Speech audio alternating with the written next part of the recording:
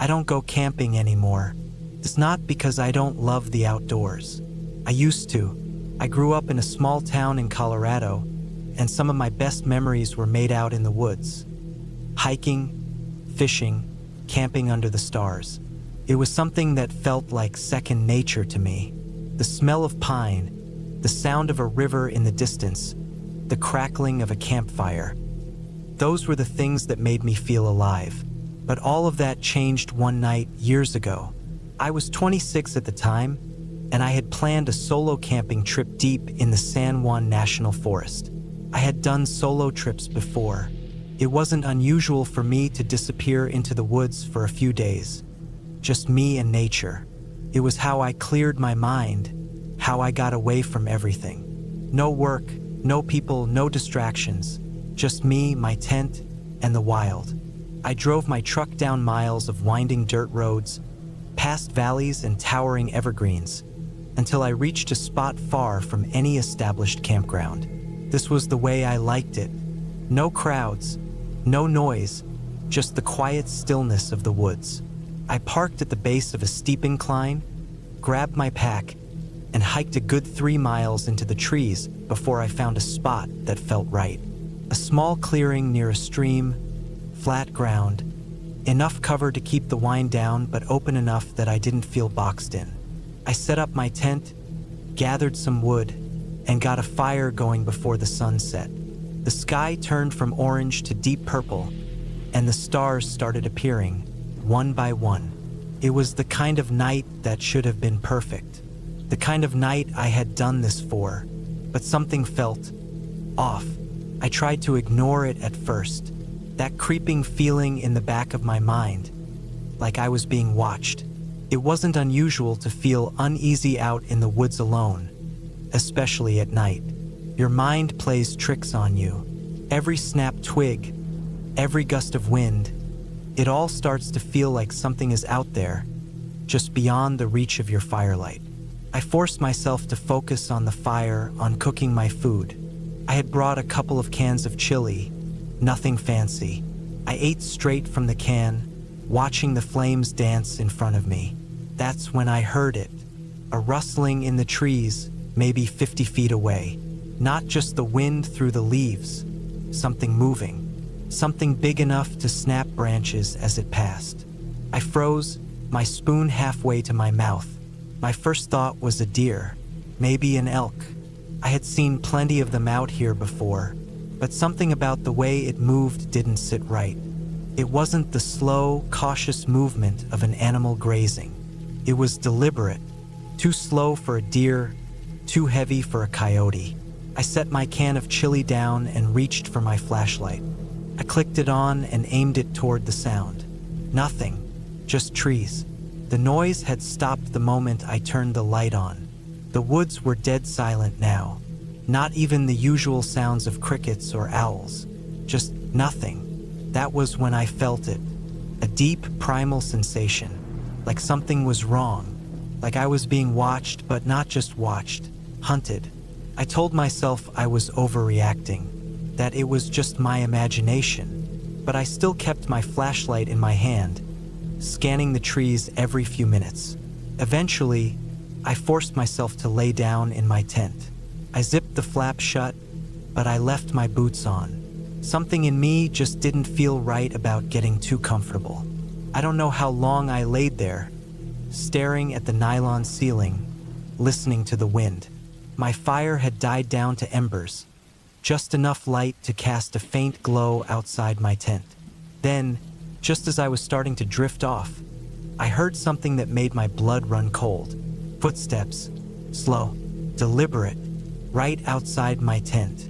Not the quick, nervous steps of a deer. Not the quiet stalking of a coyote. Something walking, 2 legs. I held my breath.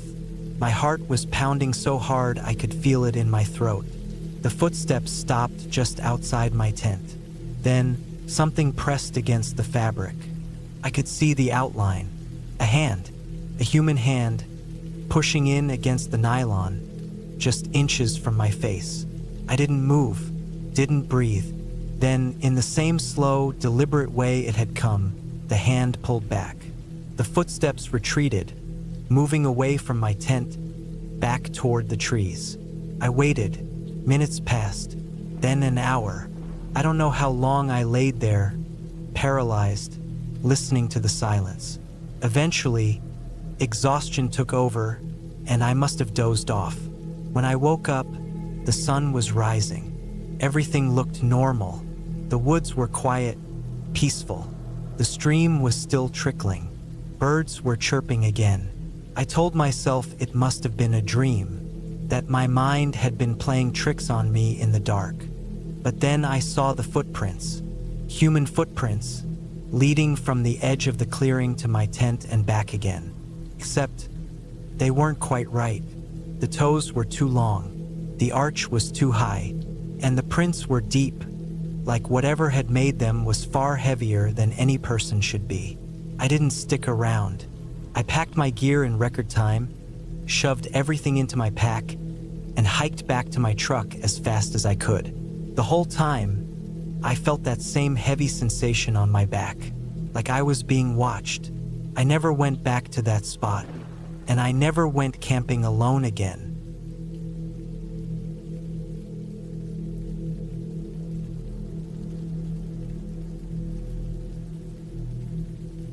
It had been almost a year since my cousin Eric passed. I still wasn't used to saying it. Gone. Dead. I didn't like the word. Felt too final. Too empty. Eric and I had grown up together, practically brothers. Every summer we'd go camping, just the two of us. He was the one who introduced me to the woods, to hiking, to the way nature felt like the only real place left in the world. It was his idea to explore deeper, go further off trail, stay longer. He'd always been the one pushing me to go past what I thought I could handle.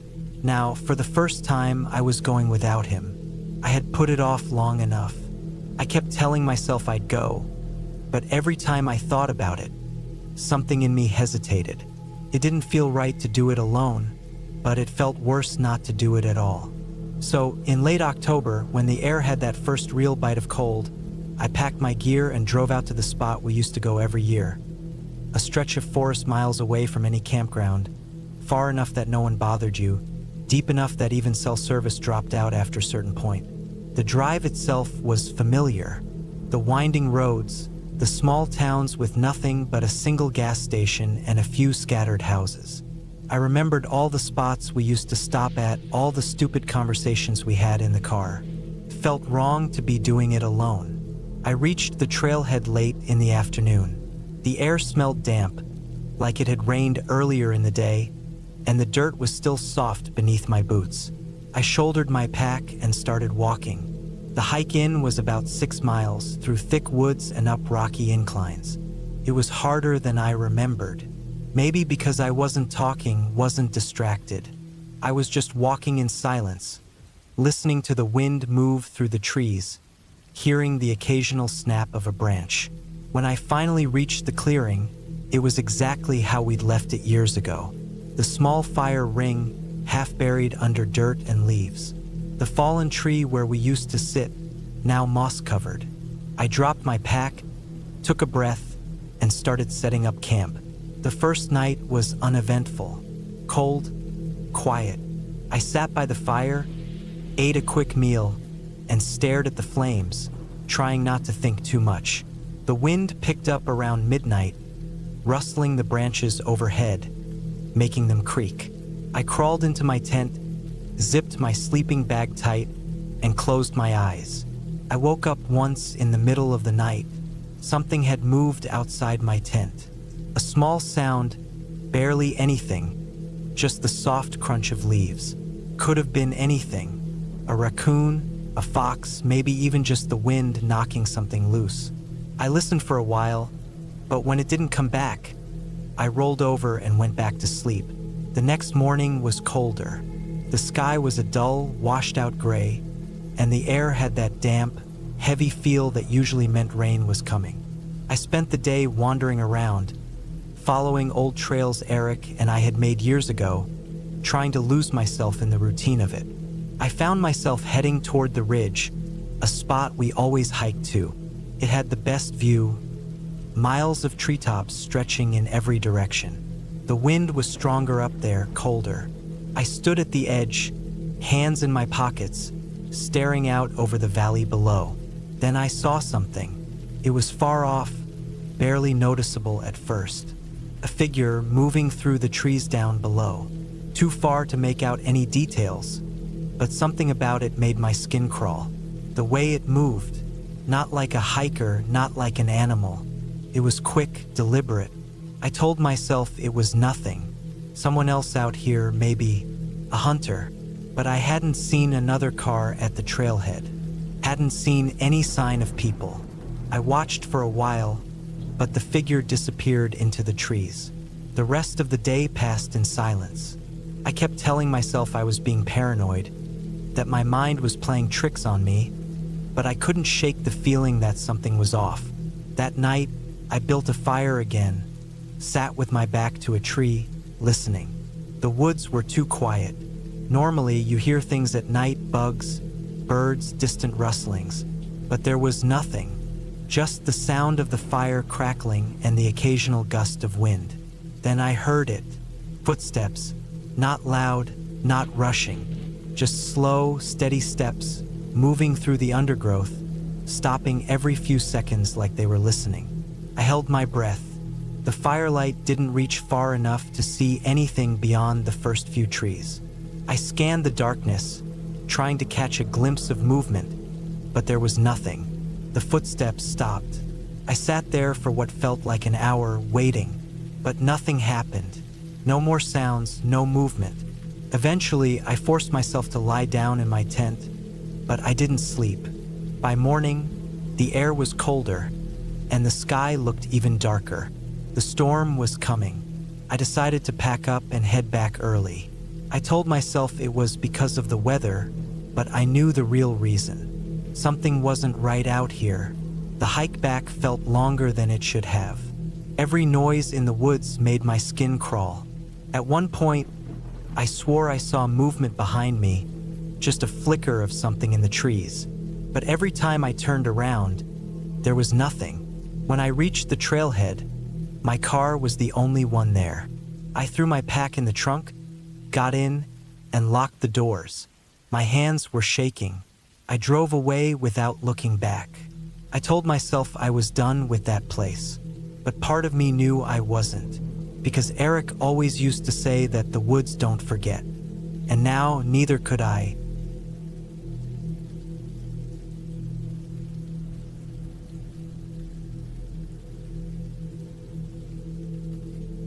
I don't know why I agreed to it. Maybe I wanted to prove something to myself. Maybe I didn't think it through. But one thing I know for sure is that I regret every second of that night. It was late September, the time of year when the nights start turning cold and the wind begins to bite. I had always liked camping, but this wasn't like the usual trips I took to the mountains or the lakes. This was different. This was a challenge. A friend of mine, Greg, had dared me to do it.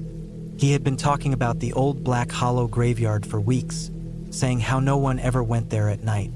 It was old, abandoned, and forgotten, with no fresh graves for decades. People in town whispered about strange things happening there, but it was just that, whispers, nothing real, nothing that could actually happen. So I packed my gear, my tent, my sleeping bag, and enough food for a night.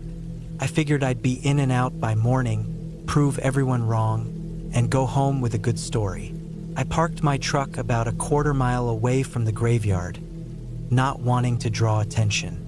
The trail leading to Black Hollow was barely there, overgrown and littered with dead leaves. I had to push through thick bushes and step over fallen branches just to make my way in. The trees were dense, and they stretched high above me, blocking most of the moonlight. It was quiet, too quiet. By the time I reached the graveyard, the sky was a deep, heavy black. My flashlight cut through the darkness, casting long shadows between the old headstones. The place was smaller than I thought, maybe 30 or 40 graves at most. Some of the stones had fallen over, others were cracked and weathered, names barely visible.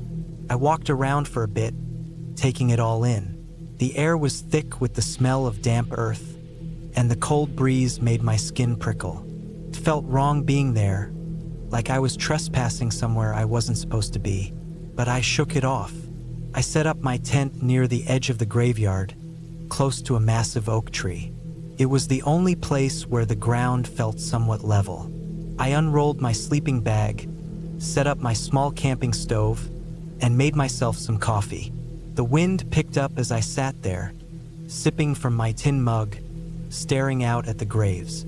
The trees creaked, their branches swaying. The leaves rustled, and every so often, I'd hear something small scurry through the underbrush, probably a raccoon or a fox.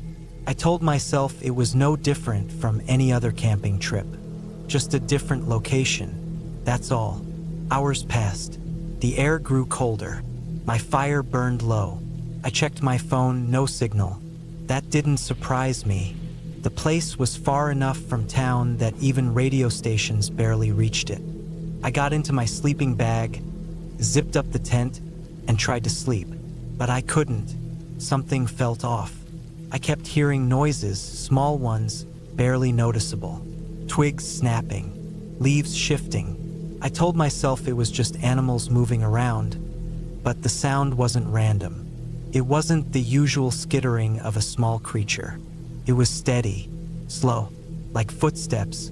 I held my breath, listening. The wind had died down and the night was still.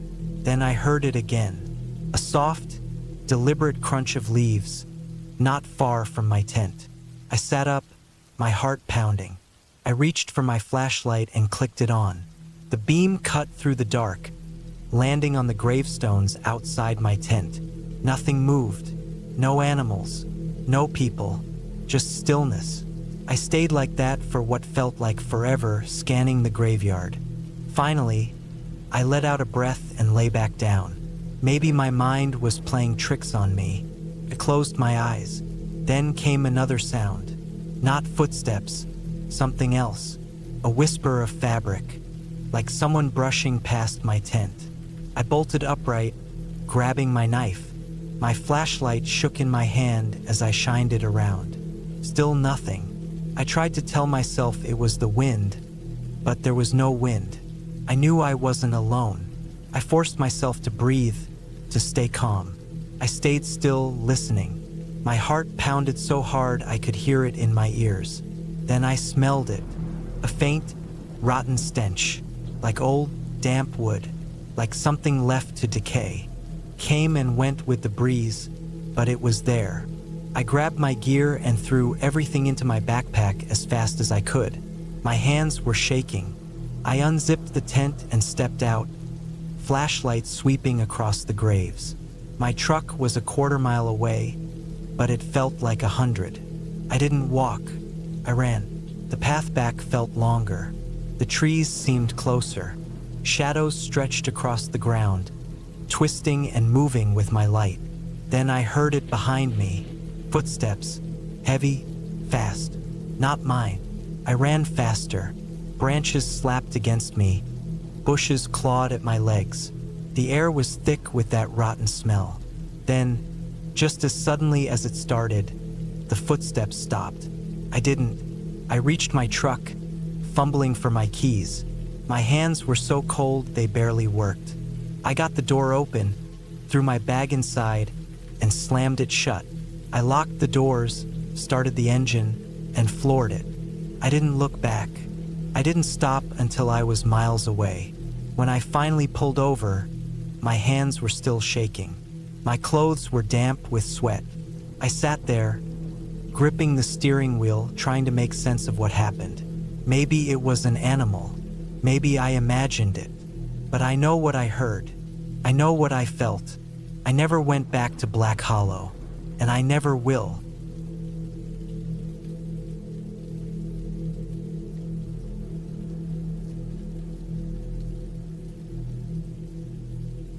I had always been comfortable in the woods.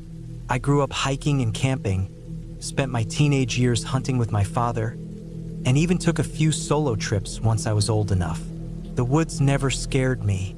At least, not until that trip in the summer of 2017. I was 32 at the time, working as a mechanic in a small town in Montana. Life wasn't bad, but I needed a break from the shop, from the constant noise of air wrenches and grease-stained hands. I wanted quiet. So, I packed my gear and took a long weekend off, driving about 3 hours north to an area I had scouted a few years back. Deep in the backcountry, away from trails, campgrounds, and people. The plan was simple. Hike in about 6 miles, set up camp near a small creek, spend 2 nights, and hike back out. I brought my .357 revolver, as I always did, not just for protection from animals, but because I always believed in being prepared. My pack was heavy, but I was used to it. The air smelled of pine and damp earth as I made my way in. The weather was perfect, warm, with a slight breeze to keep the mosquitoes at bay. I reached my chosen campsite in the late afternoon. It was perfect, flat ground, plenty of firewood, and the creek nearby for water. I set up my tent, built a small fire, and cooked a meal. By nightfall, I was leaning against a log, enjoying the sounds of the forest. Crickets, the occasional hoot of an owl, and the rustling of small animals in the undergrowth. Nothing unusual, not yet. I woke up just before dawn to an odd sound. It was subtle, barely noticeable over the natural noises of the forest. A rhythmic thumping, distant but distinct. I sat up in my tent, listening.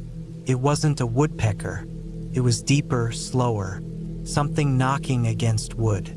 I unzipped the tent and stepped out. The sky was a dull gray, the sun still below the horizon. I grabbed my flashlight and swept it around. Nothing, just trees and shadows. The sound had stopped. I chalked it up to something natural, maybe a branch falling or an animal knocking over a log. I made coffee, ate some oatmeal, and started my day. But as I was cleaning up my campsite, I noticed something odd. About 20 yards from my tent, a tree had fresh marks on it.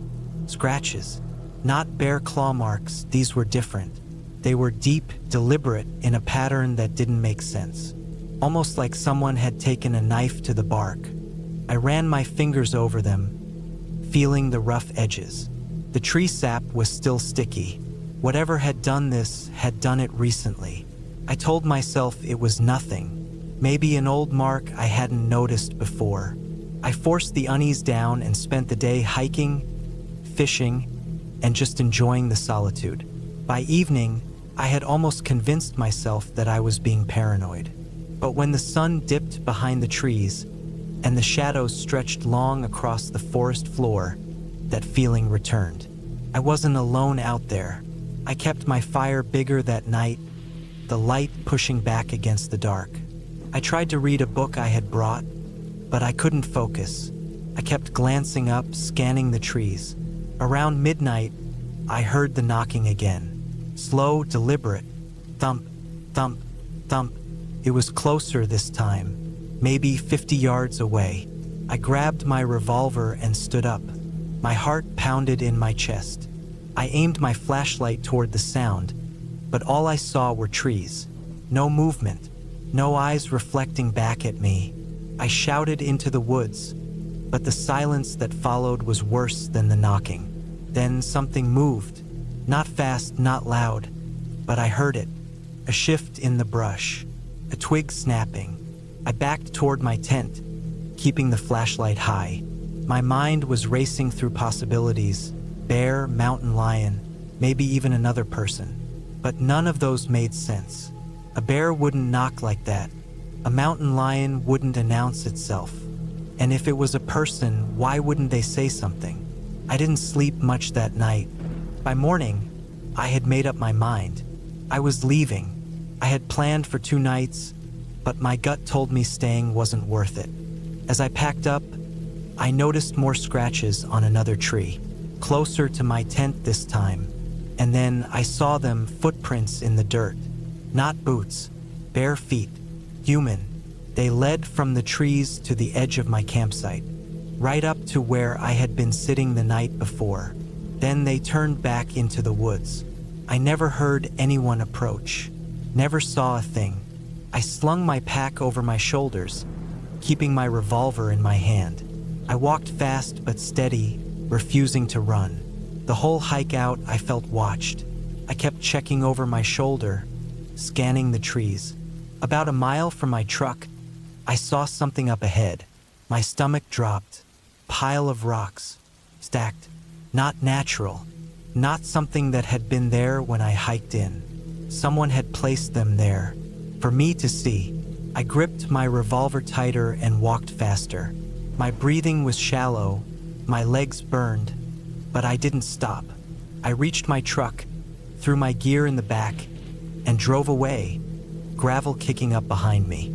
I didn't relax until I hit the main road. I told a friend about it later, someone who knew the area well.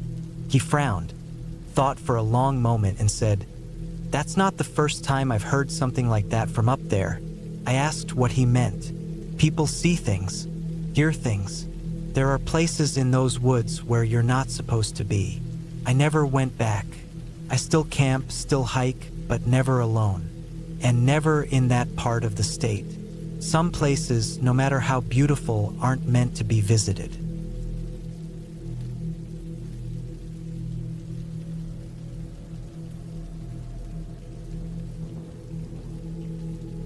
It was late September when I decided to take a solo camping trip in France. I had been traveling through Europe for a while, and after spending time in busy cities, I wanted some quiet.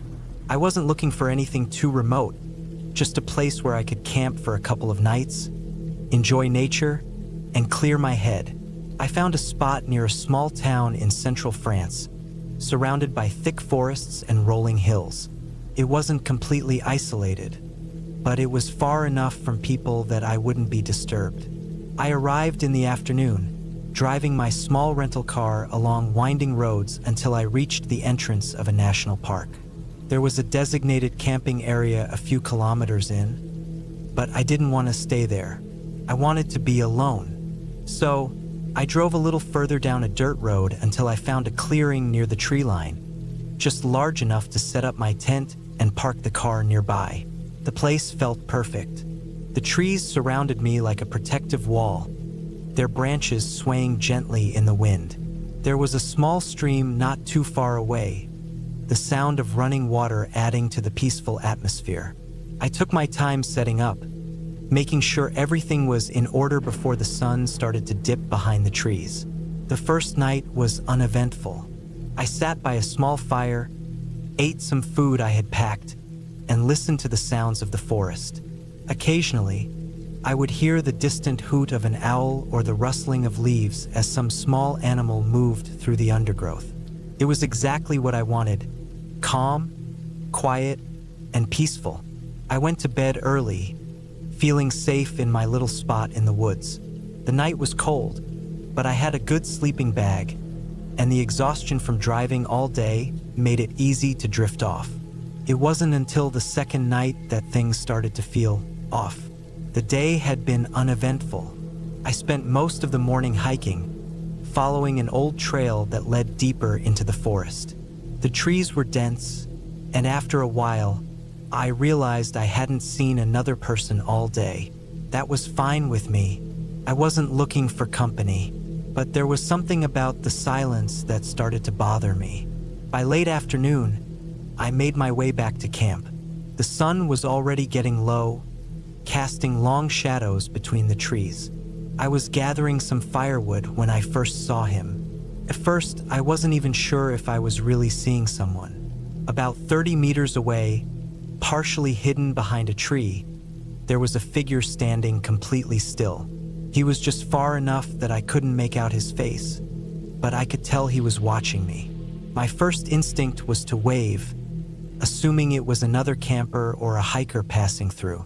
But as soon as I lifted my hand, he stepped back into the trees, disappearing without a sound. That was strange. Most people would wave back or say something. I stood there for a moment, trying to listen for footsteps, but I heard nothing. The forest was silent again. I told myself it was nothing. Maybe he was just another camper who didn't want to be bothered.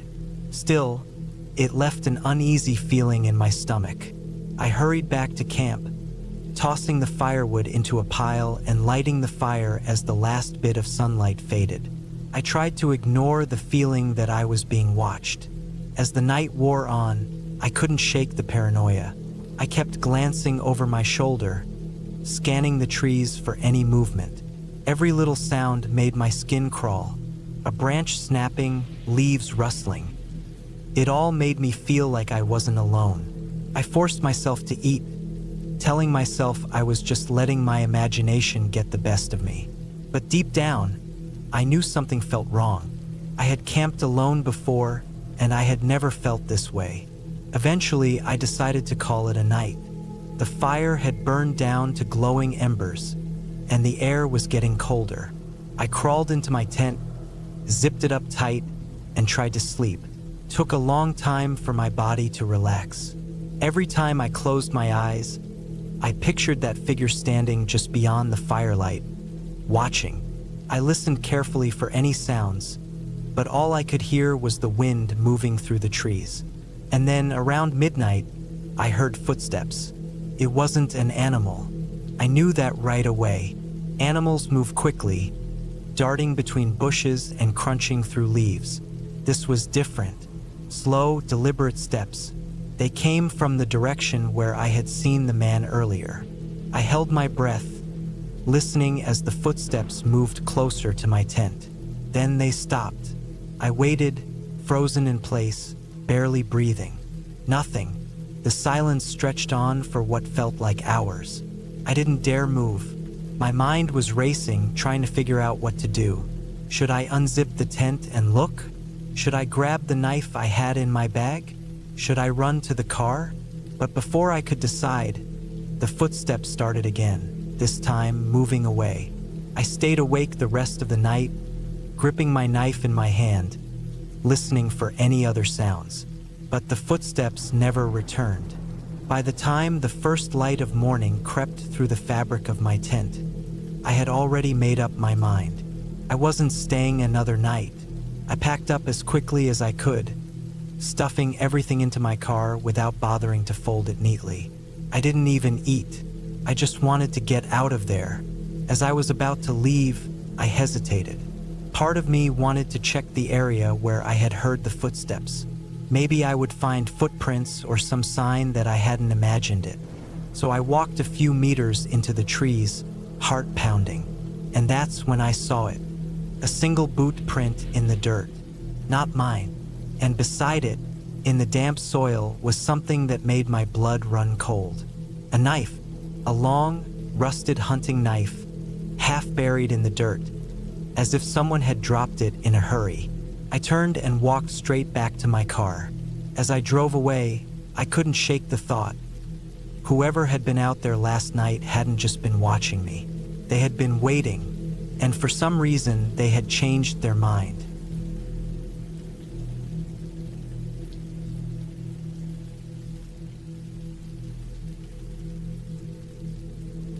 I had always liked being alone in the wilderness. The quiet, the space, the feeling of being away from everything. That was why I took a solo camping trip every year. Just me, my gear, and miles of open land. This time, I had picked a spot deep in the forests of Montana, far from any towns or campsites. It was late September, the air crisp but not yet freezing. The kind of weather that made the woods feel alive but not unbearable. I drove as far as my truck could take me, then hiked another 6 miles into the backcountry. I had my pack loaded with everything I needed: tent, sleeping bag, food, water, and my rifle. Not that I expected to use it, but it was always good to have protection in the deep woods. Animals could be unpredictable, and I didn't want to be caught off guard if a bear got too curious. By late afternoon, I had reached a clearing near a stream. It was perfect, flat ground, access to water, plenty of firewood. I set up my tent, gathered some wood, and started a small fire as the sun began dipping behind the trees. The sound of the stream mixed with the occasional rustling of leaves in the wind. I was completely alone, and I liked it that way. I cooked a simple meal, drank some water, and sat by the fire as the sky darkened. The stars came out, brighter than I ever saw them back home.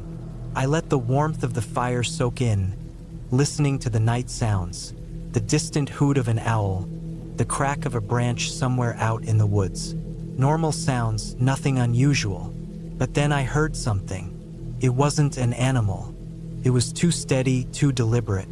Footsteps, slow and careful, somewhere beyond the light of my fire. I held my breath, straining my ears, but they stopped. I told myself it was my imagination, or maybe a deer moving through the trees. Still, I kept my rifle close just in case. The rest of the night passed without incident. I crawled into my tent, zipped myself into my sleeping bag, and eventually drifted off to sleep. The morning was calm. The air was colder than the day before, and my breath fogged in the crisp air.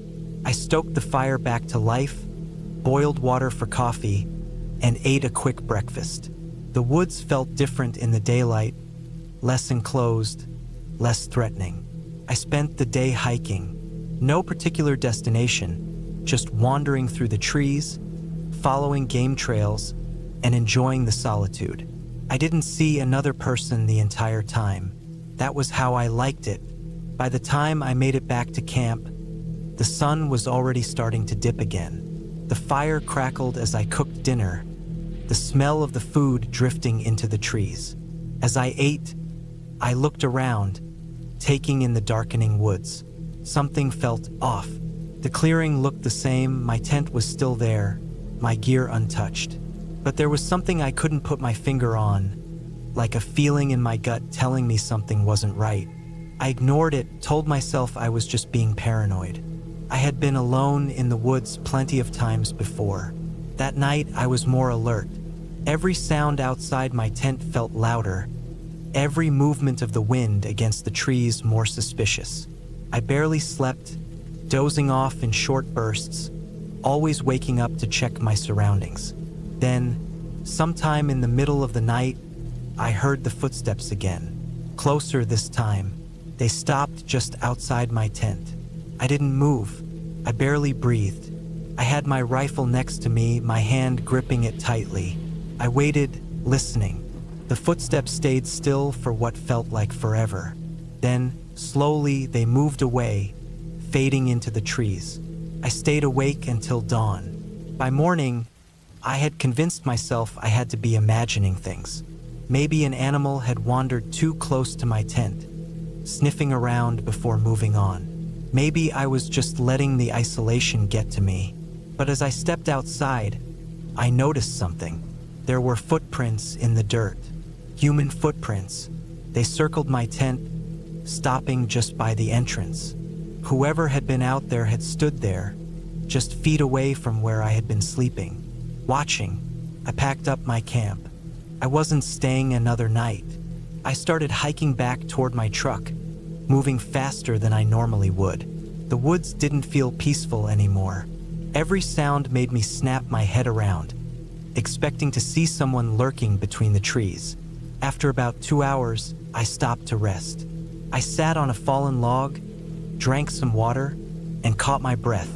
That was when I saw it. A figure, standing deep in the woods, barely visible through the trees. Too far to make out details, but close enough that I could tell he was watching me. I didn't move, neither did he. Then, slowly, he stepped back into the trees and disappeared. I got moving again, faster this time. I didn't stop for anything. When I finally made it to my truck, my hands were shaking as I unlocked the door and threw my pack inside. I started the engine and tore down the dirt road as fast as I could. I didn't go back to that spot. For weeks, I couldn't shake the feeling that I had been lucky. Whoever had been out there had been watching me, maybe even following me. I told myself that maybe it was just another hunter, someone who had wandered too close to my camp by accident.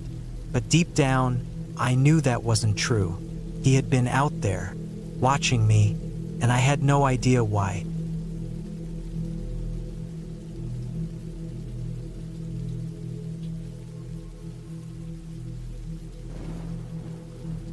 had been raining since morning. Not a heavy downpour, but that kind of constant drizzle that soaks into everything, clinging to your clothes and making the air feel thick. The ground had turned soft under my boots, and my backpack felt heavier than usual. I had set out earlier in the day to camp for the weekend in the hills, away from the noise of the city, just me and the quiet of the woods. The plan was simple: hike up to a spot I had marked on the map, set up camp, and enjoy a few days of solitude. I had done it before, though never in this exact location. The hills here were different, rugged, untouched. There was a beauty to them, but something about the thick forest, the way the trees loomed over the narrow trail, made it feel heavier than other places I had camped. Still, I pushed on. By the time I reached the clearing I had picked out, the sky had darkened, and the drizzle had turned into something more persistent. It wasn't a storm, but it was enough to make everything damp, enough to make me feel like I had been out for longer than I had. I worked quickly, pitching my tent under a cluster of trees where the canopy was thickest. The ground was uneven, the wet earth soft beneath my fingers as I hammered in the stakes. My hands were stiff from the cold, but I managed. I set up my small camping stove inside the tent's vestibule and boiled water for a meal. The warmth of the food helped, but the rain still drummed against the tent fabric, a constant, unrelenting noise. I listened to it as I ate, the sound blending with the wind that stirred through the trees.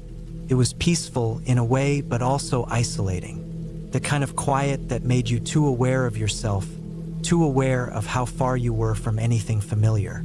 Night fell quickly. The hills were blanketed in darkness, and the rain didn't let up. The fire I had planned to make was impossible. The wood was too wet, and I didn't feel like fighting against the elements to get a flame going. Instead, I settled into my tent, zipped up tight against the cold. The only light came from my headlamp, casting a narrow glow inside the small space.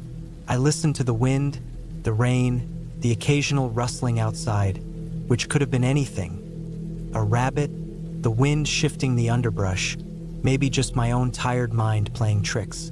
But then I heard something different. At first, I thought it was just the rain, a trick of the water dripping from the trees. But then it came again, closer, more deliberate. Footsteps, not the sound of an animal, not the light rustling of a fox or badger moving through the undergrowth. This was different. This was heavier, slow. I turned off my headlamp and held my breath, listening. The wind still moved through the trees, the rain still fell, but underneath it all, that sound, soft, deliberate steps on wet earth. I tried to tell myself it was nothing. Maybe just my mind making something out of nothing. Maybe water dripping onto leaves in a way that mimicked footsteps. But then they came again, closer this time. I reached for my knife. I always carried one when camping, not because I expected trouble, but because it was just common sense. I held it tight, every muscle tense as I stayed still, waiting. The footsteps stopped. The rain continued. The wind didn't change, but something was different now. The night had taken on a weight, a pressure that hadn't been there before. I listened for what felt like forever, but there was nothing, just silence. I stayed awake for hours, every sound amplified in the darkness. I told myself that if it had been an animal, it would have moved on. If it had been a person, they would have made themselves known. But something about the way the footsteps had stopped, abrupt, calculated, left me uneasy. Eventually, exhaustion took over. I don't remember falling asleep, but I must have, because when I opened my eyes again, the rain had slowed, and the faintest hint of dawn was creeping through the trees. Everything was exactly as I had left it. My gear was untouched. My tent was zipped. It was almost enough to make me believe I had imagined it. But then I stepped outside. The first thing I noticed was the ground. The earth around my tent, once just wet and uneven, was now disturbed, marked with footprints that hadn't been there the night before. Not animal prints, not scattered marks from falling branches. Footprints, human, leading from the trees, stopping just a few feet from where I had slept, and then turning back. I stared at them for a long time, the damp morning air feeling heavier than before. Whoever it had been had come close, close enough to see my tent, close enough to hear me breathing inside. And then they had left. I packed up as fast as I could. I didn't eat. I didn't stop to rest. I just threw everything into my bag, my hands moving too fast, too stiff from the cold and fear that had settled deep in my chest. By the time I reached the trailhead, the sky had fully lightened, the rain nothing more than a memory. My car was where I had left it, untouched. Everything looked normal, but as I drove away, my eyes kept flicking to the rearview mirror, half expecting to see someone standing at the edge of the trees, watching. I never went back to that spot. I never camped alone in those hills again, and I still don't know who or what stood outside my tent that night, but I know they were there, and I know they watched me sleep.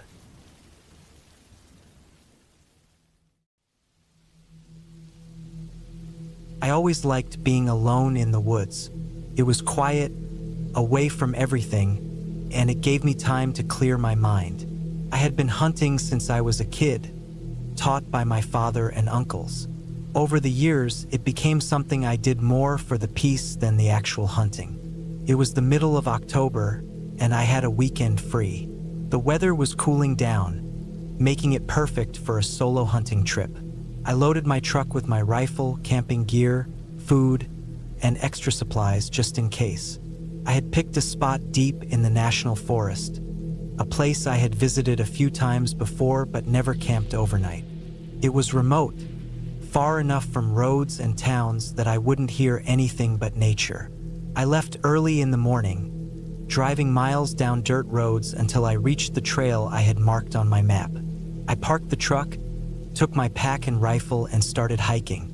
The forest was thick, with tall trees that blocked out most of the sun. The trail was barely visible, more of an old logging road than anything else. I followed it for a few miles, then cut off into the trees to find a good camping spot. By midday, I had set up my camp. A small tent, a fire pit, and a little area to clean whatever I caught. I spent the afternoon scouting, walking through the woods, looking for tracks and signs of deer. I found a good spot near a clearing with fresh tracks and decided that's where I'd set up the next morning. As the sun went down, I made a small fire and cooked some food. The night was quiet, just the sounds of the forest around me. I sat by the fire for a while, listening, enjoying the stillness. Eventually, I put out the fire and crawled into my tent. Sometime in the night, I woke up. I wasn't sure why at first. I lay still, listening. The forest was quiet, too quiet. No crickets, no whine through the trees, nothing. That was never a good sign. It meant something was out there. I reached for my rifle and slowly sat up, listening. Then I heard it, a slow, steady crunching of leaves, like something walking carefully through the woods. It wasn't far, maybe 50 yards from my tent. I strained my ears, trying to make out what it was. A deer? Maybe, but it sounded heavier, more deliberate. I stayed still, waiting, my grip tightening on the rifle. Then it stopped. For the next few minutes, there was nothing, just silence. Eventually, I laid back down, keeping my rifle close. I didn't sleep much after that. Morning came and I got up with the first light. I stepped out of the tent and looked around. Nothing seemed disturbed, but I had that feeling, like I was being watched. I shook it off and got ready for the day. I hiked back to the clearing I had found and settled in. The woods were alive again, birds chirping, the wind moving through the trees. I waited, scanning the trees, listening for movement. Hours passed, and nothing came. Then, just as I was about to pack up, I heard something behind me. A branch snapped. I turned, expecting to see a deer, but there was nothing, just trees. The feeling was back, stronger this time. My instincts were screaming at me. Something wasn't right. I decided to head back to camp. As I walked, I checked over my shoulder more than I should have. I couldn't shake the feeling that something was following me. When I got back, I saw it. Tracks. Not deer tracks, not bear tracks. Human. And they weren't mine. They circled my camp, stopping just outside my tent. I stood there, my rifle in my hands, my heart pounding. Someone had been here, watching me. I looked around, scanning the trees, but I saw nothing. I forced myself to stay calm. I had my rifle, I had my knife. I wasn't defenseless, but I wasn't alone either. I spent the rest of the day on high alert, listening, watching. I kept my fire going, even though it wasn't cold. If someone was out there, I wanted them to know I was awake. Night came and I sat by the fire, rifle across my lap. I had a feeling I wouldn't be sleeping much. And I was right. Somewhere past midnight, I heard it again. Footsteps, slow, closer than before. I gripped my rifle and waited. The footsteps stopped, maybe 20 yards from camp. I couldn't see anything in the dark, but I knew it was there. Then the worst part, breathing, not an animal, person, just standing there hidden in the trees, watching me. I didn't move, I didn't speak. I just sat there, my finger resting near the trigger. Minutes passed. Then, without a sound, the presence faded. The breathing stopped. The footsteps never started again, but I knew it was still out there. I didn't sleep that night. I waited for the first light, then packed up camp as fast as I could. As I walked back to my truck, I checked behind me constantly. The feeling of being watched never left. When I reached the truck, I threw my gear in, got in, and locked the doors. I sat there for a moment, catching my breath. Then, just as I started the engine, I saw it, a figure, standing at the tree line, half hidden in the shadows. Watching, I didn't wait. I put the truck in gear and got out of there. I never went back to that spot again, and I never camp alone anymore.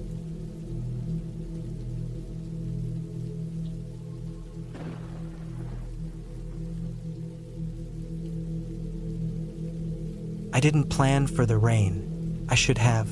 The forecast mentioned it, but I didn't take it seriously. It had been a long week, and all I wanted was to be away from everything for a while. No work, no noise, no people, just the woods, my tent, and the sound of nature. I chose a spot deep in the forest, far from the usual campsites. It wasn't my first time camping alone, and I preferred it that way. No crowds, no interruptions. Just me and the quiet. The drive was long, the road narrow, winding through the trees like a forgotten path. By the time I arrived, the sky was already turning dark.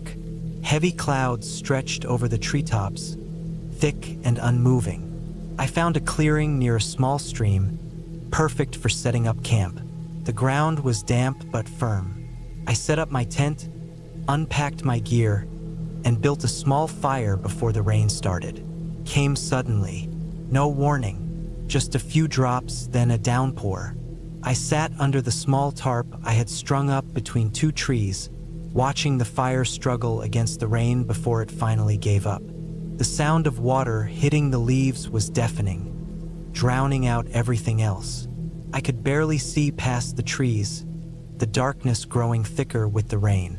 I stayed outside for as long as I could, staring into the blackness, listening. There was nothing to hear but rain and wind. No animals, no movement, just rain. Eventually, I crawled into my tent, closing the flap behind me. The sound of the rain hitting the fabric was rhythmic, constant. I tried to sleep, but something felt off. I told myself it was nothing, just the usual unease that came with being alone in the woods at night. But that didn't explain the feeling in my gut, the slow realization that something wasn't right. I stayed still, listening. Then, wind, something else. A sound, faint, almost lost in the rain. A rustling, but not from the wind. It was close, too close, just beyond my tent. I held my breath. My heart pounded so hard I thought I could hear it over the rain. The rustling stopped. Silence. Then the sound of water splashing. Slow, deliberate. Someone or something was moving. I reached for my flashlight, gripping it tightly, my fingers cold and stiff. I didn't turn it on. Not yet. The footsteps stopped. I waited. Seconds stretched into minutes. The rain kept falling, loud, masking every other sound. But I knew something was there, watching. I forced myself to breathe, slow and quiet. My body was tense, waiting for something to happen. The tent felt small, like a cage. I wanted to move, to look outside, but I couldn't. I didn't want to see. Then, just as suddenly as it started, the feeling was gone. The rain, the wind, nothing else. I stayed awake for hours, listening, but there was nothing. Eventually, exhaustion won. My eyes shut against my will. When I woke up, it was still raining. The light outside was dim, barely breaking through the clouds. I lay there for a moment, remembering the night before. It almost felt like a dream. Almost. I sat up slowly, my body stiff. Everything was wet. The floor of my tent was damp, my sleeping bag heavy with moisture. I unzipped the tent, stepping out into the cold morning air. That's when I saw them. Footprints. Not mine. They circled my tent, deep in the mud, half filled with rainwater. They were fresh. Someone had been there, watching. I scanned the trees, my stomach twisting. There was no sign of anyone, no movement, just the endless rain. I crouched down, touching one of the prints. It was large, larger than my own boot print. I had camped alone. I wasn't alone. I packed quickly, my hands shaking. Every movement felt slow, too slow. I wanted to be gone, to be out of the woods before whoever made those prints came back. The rain didn't stop. It poured harder as I took down my tent, soaking me to the bone. My gear was heavy, my backpack digging into my shoulders as I started walking. I didn't look back. I followed the path I had taken in, my boots sinking into the mud with each step. The footprints followed me for a while, overlapping mine in some places. Then they veered off, disappearing into the trees. I kept walking. The trail felt longer on the way back, the trees pressing in on me. The rain made it hard to see, blurring everything into a gray haze. Every sound made my heart jump. Something moved in the distance, a shape. I stopped. It was far, too far to see clearly, but it was there, standing between the trees, watching. I didn't wait. I walked faster, my legs burning, my breath short. The rain covered my footsteps, but I could feel something behind me. I reached my truck, my hands fumbling with the keys. The door creaked as I pulled it open, the sound too loud. I climbed in, locking the doors, my breath coming fast and uneven. I sat there, gripping the wheel, staring into the woods. Nothing. I turned the key. The engine rumbled to life. The noise felt unnatural, too loud against the silence. I pulled away, the tires slipping in the mud as I drove down the narrow road. The trees blurred past, the rain washing everything away. I didn't stop, not until I was miles away, back on the main road, the forest nothing but a shadow in my mirrors. The rain never stopped, followed me all the way home. I locked my doors that night, checked the windows twice, but I still felt it, that feeling, the same one I had in the tent, the weight of unseen eyes. I didn't sleep. The rain kept falling, and somewhere, out there in the woods, someone was still watching.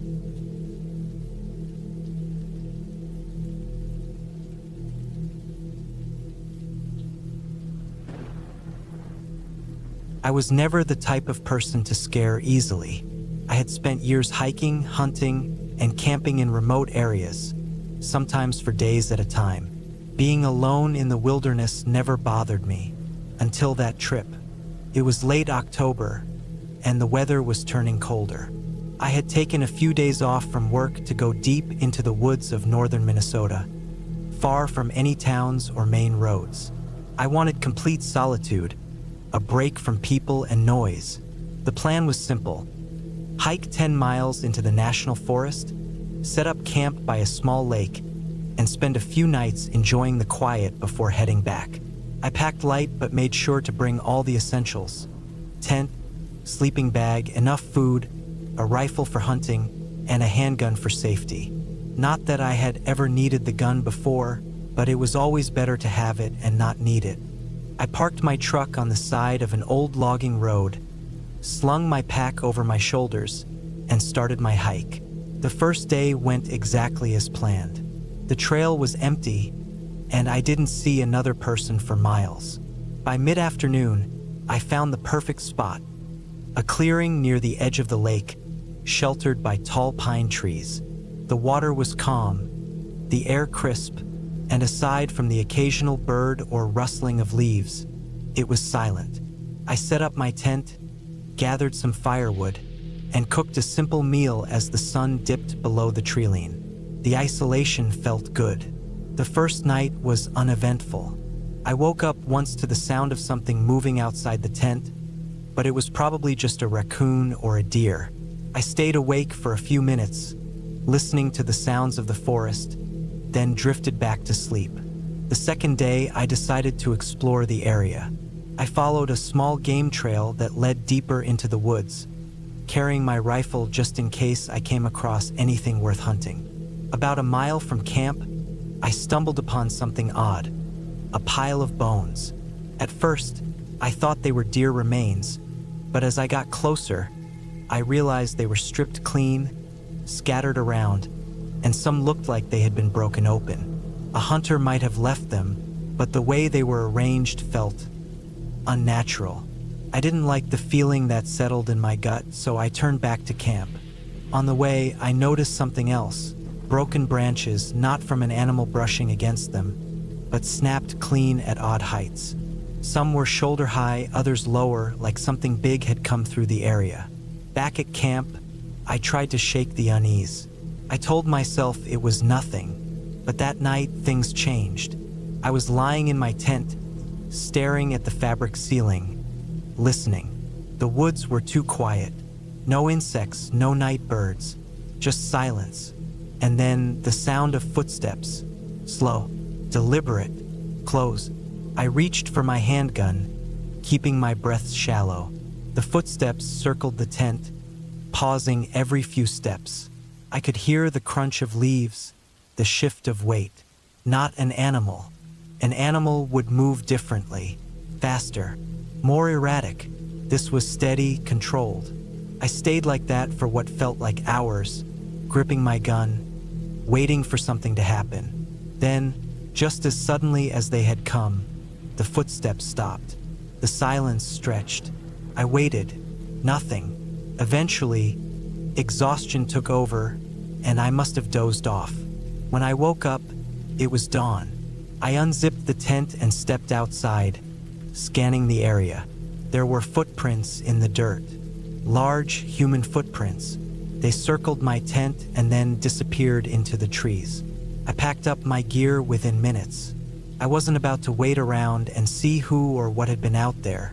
As I hiked back toward my truck, I kept my handgun in my grip, scanning the trees every few steps. When I finally reached my truck, I threw my gear in the back, started the engine, and sped off down the old logging road without looking back. I still don't know who was out there. A hunter? A hiker? Someone living off the grid? Or something else? I never went back to that part of the woods. Some places, I've learned, are better left alone.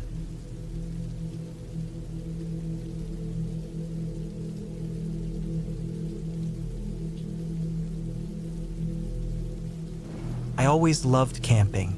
It was something I had done since I was a kid. Growing up in Oregon, my dad used to take me out into the woods almost every other weekend. teaching me how to fish, how to track animals, how to navigate without a map. Stuck with me. Even after I moved to Montana for work, I made a habit of heading into the backcountry whenever I had the chance. It was peaceful. No people, no noise, just me and nature. That's why, in the fall of 2019, I packed up my truck and headed out for a solo trip in the Bitterroot National Forest. The air was crisp, the leaves were turning, and the forecast called for clear skies. It was perfect. I chose a remote spot, about 30 miles from the nearest town, up an old logging road that hadn't been maintained in years. I had found the place on an old hunting map, a small clearing near a creek, tucked between dense pines. No trails led there. It was exactly the kind of isolation I wanted. I got there in the late afternoon, just as the sun started dipping behind the trees. Setting up camp was routine. I pitched my tent, built a fire pit, and gathered some wood before it got dark. By the time I had a meal cooking over the flames, the night had fully settled in. It was the best feeling. Just me, my fire, and the distant sounds of the forest. Then I noticed something. The usual noises, the chirping of crickets, the occasional hoot of an owl had gone silent. I didn't think much of it at first. Animals get spooked all the time, but after a few minutes, the quiet started to feel unnatural. Even the wind seemed to stop moving through the trees. I sat by the fire, poking at the embers, trying to shake off the unease. That's when I heard it. Footsteps, not an animal. Something walking, moving slowly just beyond the tree line. I froze. I knew the sounds of the forest well enough to tell the difference between a deer moving through the underbrush and something else. This wasn't a four-legged animal. It had the weight and pattern of something walking on 2 feet. I grabbed my flashlight and shined it toward the sound. Nothing, just trees and darkness. I waited, listening. The footsteps had stopped. I told myself it was nothing, maybe just my imagination, maybe the trees shifting. I forced myself to relax, but I kept my rifle close, just in case. The night passed without any other disturbances. By morning, the uneasy feeling had faded, replaced by the comfort of daylight. I spent the day fishing in the creek, hiking a bit, and enjoying the solitude. By the time the sun dipped again, I had almost forgotten about the footsteps. Almost. That second night, the silence returned. The same unnatural stillness, as if the whole forest was holding its breath. And then the footsteps came back. This time, they were closer. I gripped my rifle, my heart pounding. The fire crackled beside me, casting long shadows across the clearing. I aimed my flashlight at the trees, sweeping the beam back and forth. For a moment, I saw nothing. Then, just at the edge of the light, something moved. A shape. It was low to the ground at first, almost like a crouched animal. But then it shifted, stood up, and it was tall. Too tall. My breath caught in my throat. I couldn't make out its face, only the outline of its body, lean, almost human, but wrong. The way it stood, the way it moved, was off. I didn't wait. I fired a shot. The crack of the rifle echoed through the trees, and the shape vanished. Not ran, just disappeared into the darkness. I didn't sleep that night. I kept the fire going, my rifle in my lap, scanning the tree line until dawn. When morning finally came, I packed up. Fast. I wasn't going to spend another night there.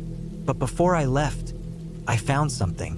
Near the edge of the clearing, just where I had seen the thing standing, were tracks. They looked like deer tracks at first until I looked closer. The hooves were too big, and instead of running in a straight line, they twisted, almost like whatever made them had been walking upright. I didn't stay to investigate. I got in my truck, drove back down that logging road, and never went back. Even now, years later, I don't know what I saw, but I know one thing. There's something out there in those woods, and it's watching.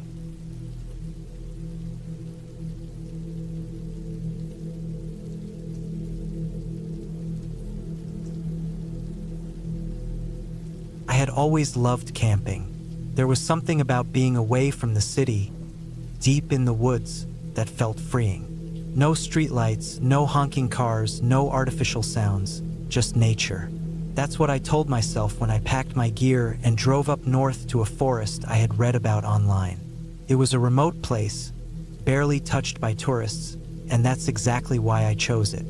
I had taken plenty of solo camping trips before, but this one was different.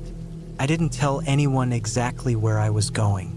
I figured I'd be fine, as I had always been. I had my gear, my food, and a good sense of direction. I had no reason to worry. The drive took longer than expected. The roads became rough, full of potholes and overgrown with weeds. My truck bounced and rattled as I navigated deeper into the wilderness. There were no signs, no markers, just a dirt path that stretched endlessly. It was clear that not many people came this way. By the time I reached the spot I had in mind, the sun was beginning to set. The trees were tall and dense, the forest floor covered in a thick layer of fallen leaves. There was a small clearing next to a creek, perfect for setting up my tent. I stepped out of the truck and took a deep breath. The air was crisp, carrying the scent of pine and damp earth. It was peaceful. I set up my tent, laid out my sleeping bag, and gathered some wood for a fire. As the flames crackled, I ate a simple meal and listened to the sounds around me. Crickets chirped, leaves rustled in the breeze, and the occasional hoot of an owl echoed through the trees. Then I noticed something odd. The forest was too quiet.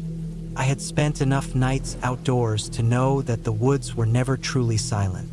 There were always little sounds, small animals scurrying, distant howls, twigs snapping. But now everything had stopped. The air felt heavy, thick with an unnatural stillness. I told myself it was nothing.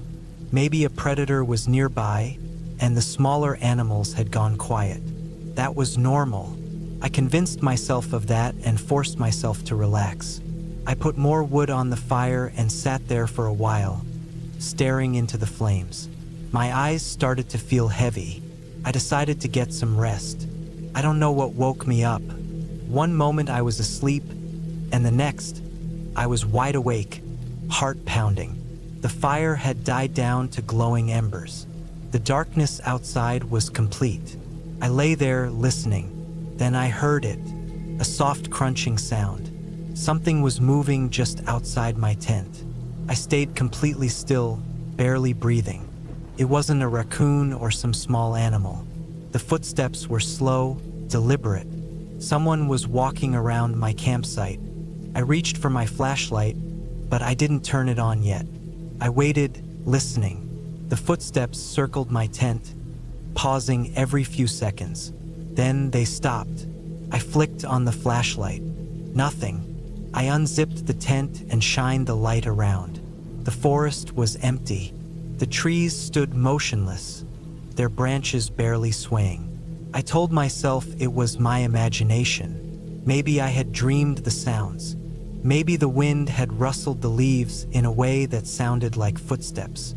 I got back into my tent and forced myself to sleep. Morning came, and with the daylight, my fear felt foolish. I told myself I had just been jumpy. I had spent too much time reading horror stories online, and now I was letting my mind play tricks on me. I ate breakfast, packed a small bag, and decided to go on a hike. The forest was dense, but beautiful. Sunlight filtered through the trees, casting golden patches on the forest floor. The air smelled fresh, earthy. I followed a narrow trail, marking my path with small scratches on tree bark so I wouldn't get lost. After about an hour, I found something strange. A campsite, but it wasn't like mine. It was old. The tent was collapsed, its fabric torn and covered in moss. The fire pit was nothing more than a circle of blackened stones. Rusted cans and faded wrappers littered the ground. Whoever had camped here had left in a hurry. I felt uneasy. I looked around, searching for anything that might explain why the place had been abandoned. Then I noticed the trees. Deep, jagged cuts ran along their trunks. Not scratches from animals, these were man-made. Someone had hacked into the wood with a knife or an axe. Some of the cuts formed strange patterns, almost like symbols. A chill ran down my spine.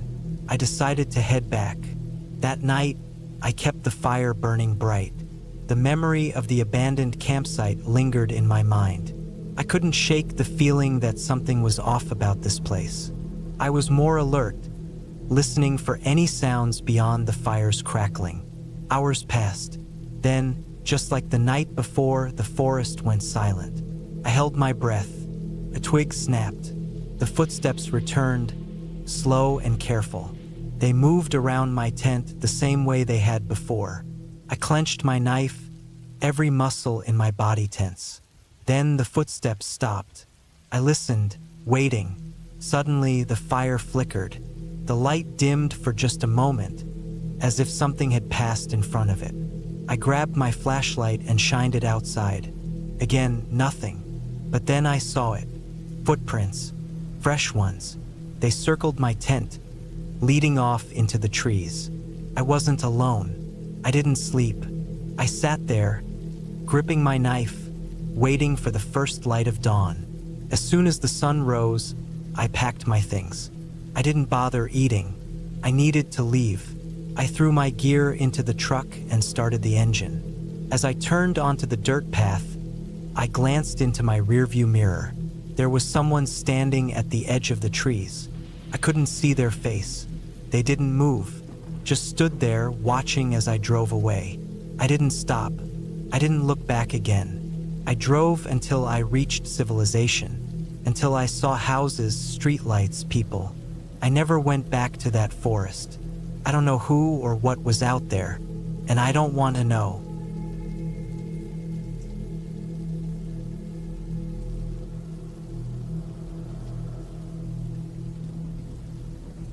It was late September when I was called out for the search.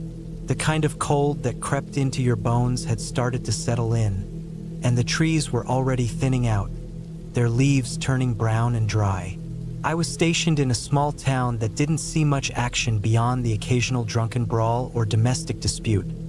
But that week had been different.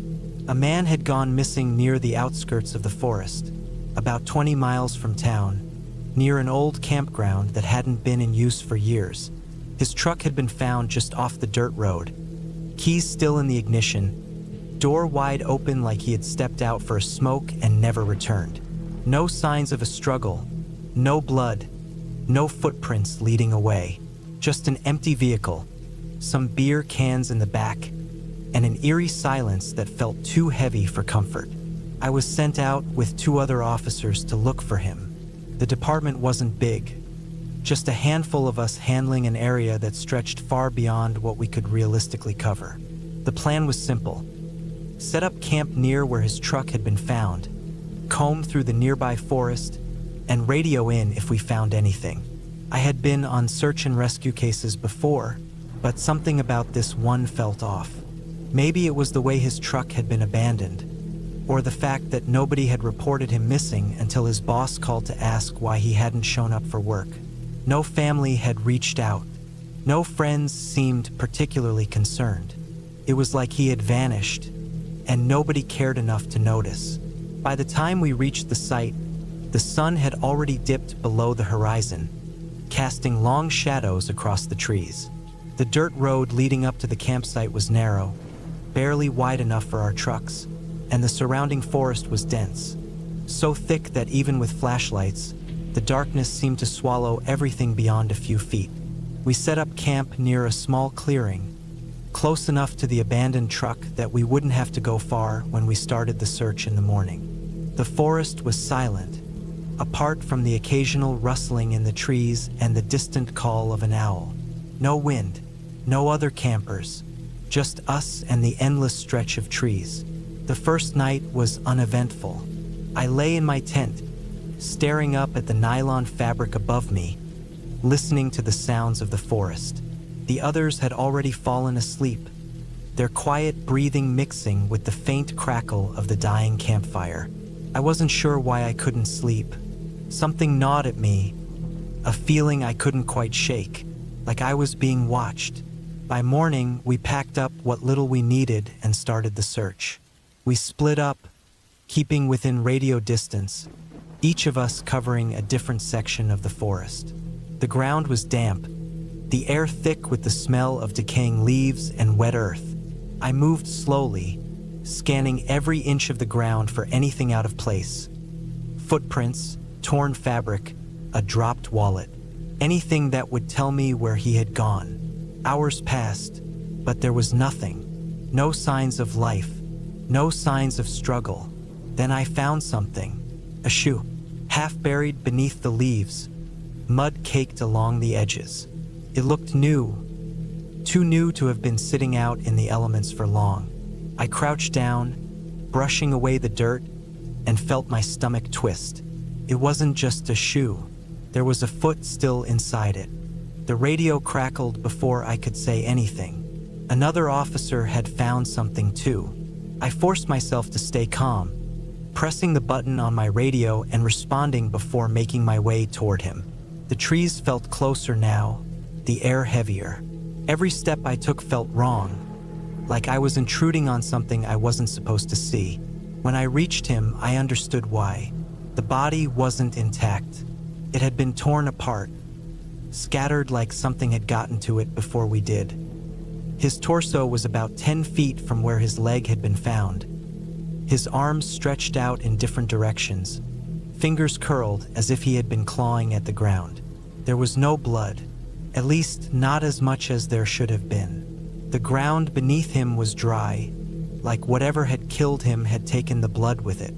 I've seen animal attacks before. I know what a bear or a mountain lion can do to a human body. This wasn't that.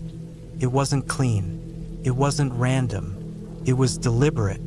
We called it in, but backup was hours away.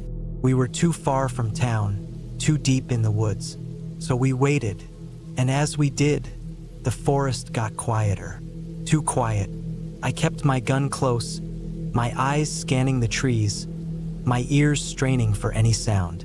But there was nothing. No birds. No rustling leaves.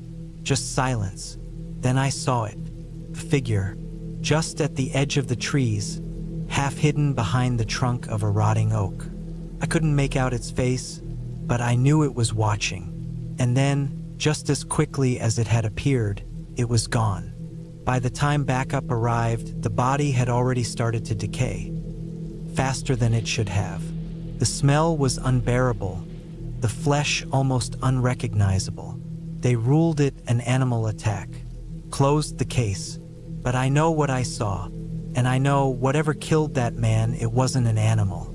I haven't been back to that forest since, and I don't plan to.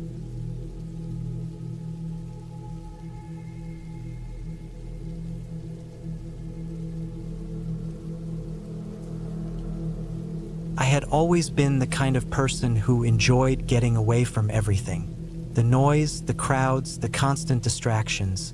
None of it suited me. That's why camping had always been my escape. It was simple. A tent, a fire, and the open woods. No emails, no traffic, no stress. Just me and the wild. This trip was supposed to be no different. I had planned it for weeks. Picked a secluded spot in Montana, a few miles away from the nearest dirt road. It was deep in the woods, but not so far that it would be dangerous. I had my gear, my food, and enough supplies to last 4 days.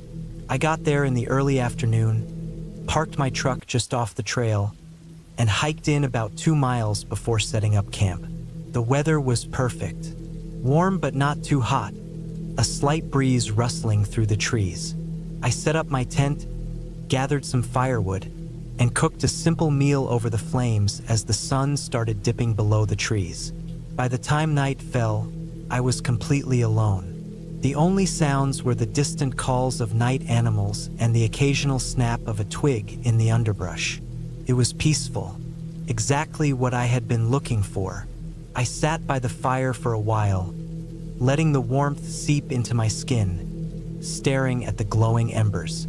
Around 10, I decided to turn in. I crawled into my sleeping bag, zipped up the tent, and closed my eyes, letting the silence wrap around me. I woke up sometime in the middle of the night, not because of a noise, at least I didn't think so, but because of a feeling, that uneasy, creeping sensation of being watched. I lay still, my breath slow and controlled, listening. Outside, the forest was quiet, too quiet.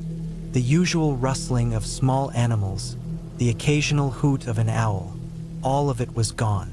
It was just silence, thick, suffocating silence. I reached for my flashlight, clicking it on. The inside of the tent was the same as I had left it. Nothing disturbed. The fire outside had burned down to glowing coals, casting weak light against the fabric of my tent. I told myself it was nothing. Maybe I had just woken up for no reason. It happened. Still, I couldn't shake the feeling. I unzipped the tent just enough to poke my head out, sweeping my flashlight across the clearing. Nothing, just trees, the dim glow of the fire, and my gear leaning against a log. Then I saw it. A few feet beyond the dying fire, just at the edge of the tree lean, something moved. At first, I thought it was an animal, a deer or maybe a coyote, but as my light landed on it, I realized it wasn't. It was a man. He was standing half hidden behind a tree, just far enough away that I couldn't make out his face. He wasn't moving, just standing there, watching. A spike of adrenaline shot through me, but I stayed completely still, hoping maybe I was imagining it. Maybe my eyes were playing tricks on me, but they weren't. He was real, and he wasn't alone. Out of the corner of my eye, I saw another figure, then another, 3, maybe 4, standing just beyond the reach of my fire, watching me. My mind raced. Who were they? Hikers? Locals. But why weren't they saying anything? Why were they just standing there? A cold sweat broke out across my skin. My truck was 2 miles away. There was no quick way out of this. I slowly reached for the hatchet I kept next to my sleeping bag. My rifle was in the truck, too far away to do me any good.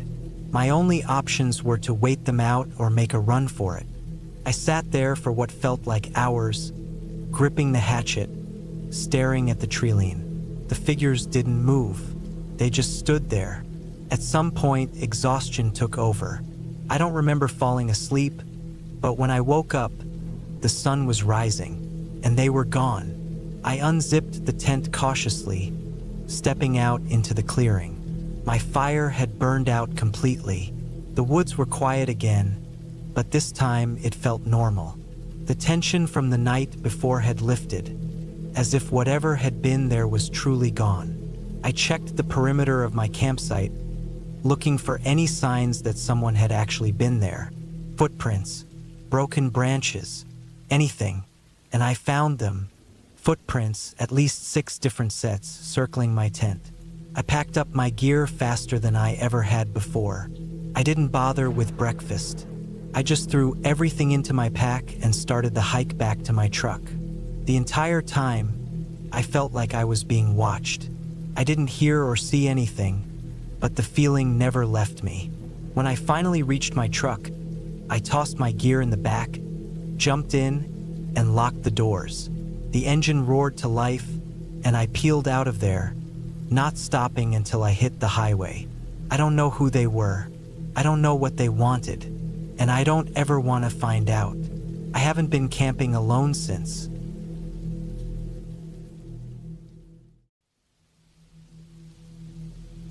I had been planning the trip for a while, just me, my truck, and the open woods.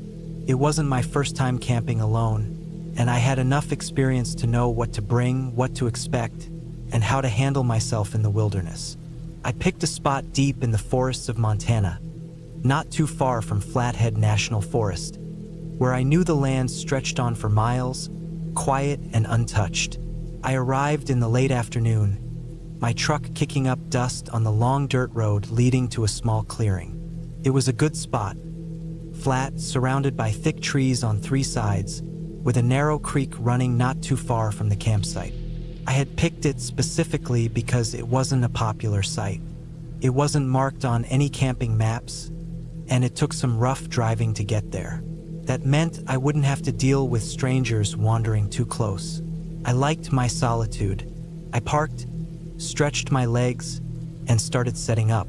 The air was cool but dry, the sun casting long shadows through the trees as it crept lower in the sky. I worked quickly, unpacking my tent, setting up my cooking gear, and gathering some wood from nearby to start a fire later. I always liked having everything ready before it got dark. It made the night feel less daunting. After I was done, I took a short walk around the area to get my bearings. The forest was dense, but I found a faint trail leading deeper in. It wasn't an official trail, just something worn down over time, likely from animals moving through. I made a mental note of it before heading back to camp. By the time the sun dipped below the trees, I had a fire going. I cooked a simple meal, eating while listening to the sounds of the forest. The rustling of leaves, the occasional snap of a twig in the distance, the soft babbling of the creek nearby. It was peaceful. But as I sat there, something started to feel off. At first, it was just a vague sense of unease, the kind that creeps in when you're alone in the wilderness, too far from other people. But this was different. It wasn't just my mind playing tricks on me. There was a shift in the air, something I couldn't quite put my finger on. I tried to brush it off. I had camped alone plenty of times before, and I knew the forest could feel strange at night. But as I sat by the fire, I noticed something odd.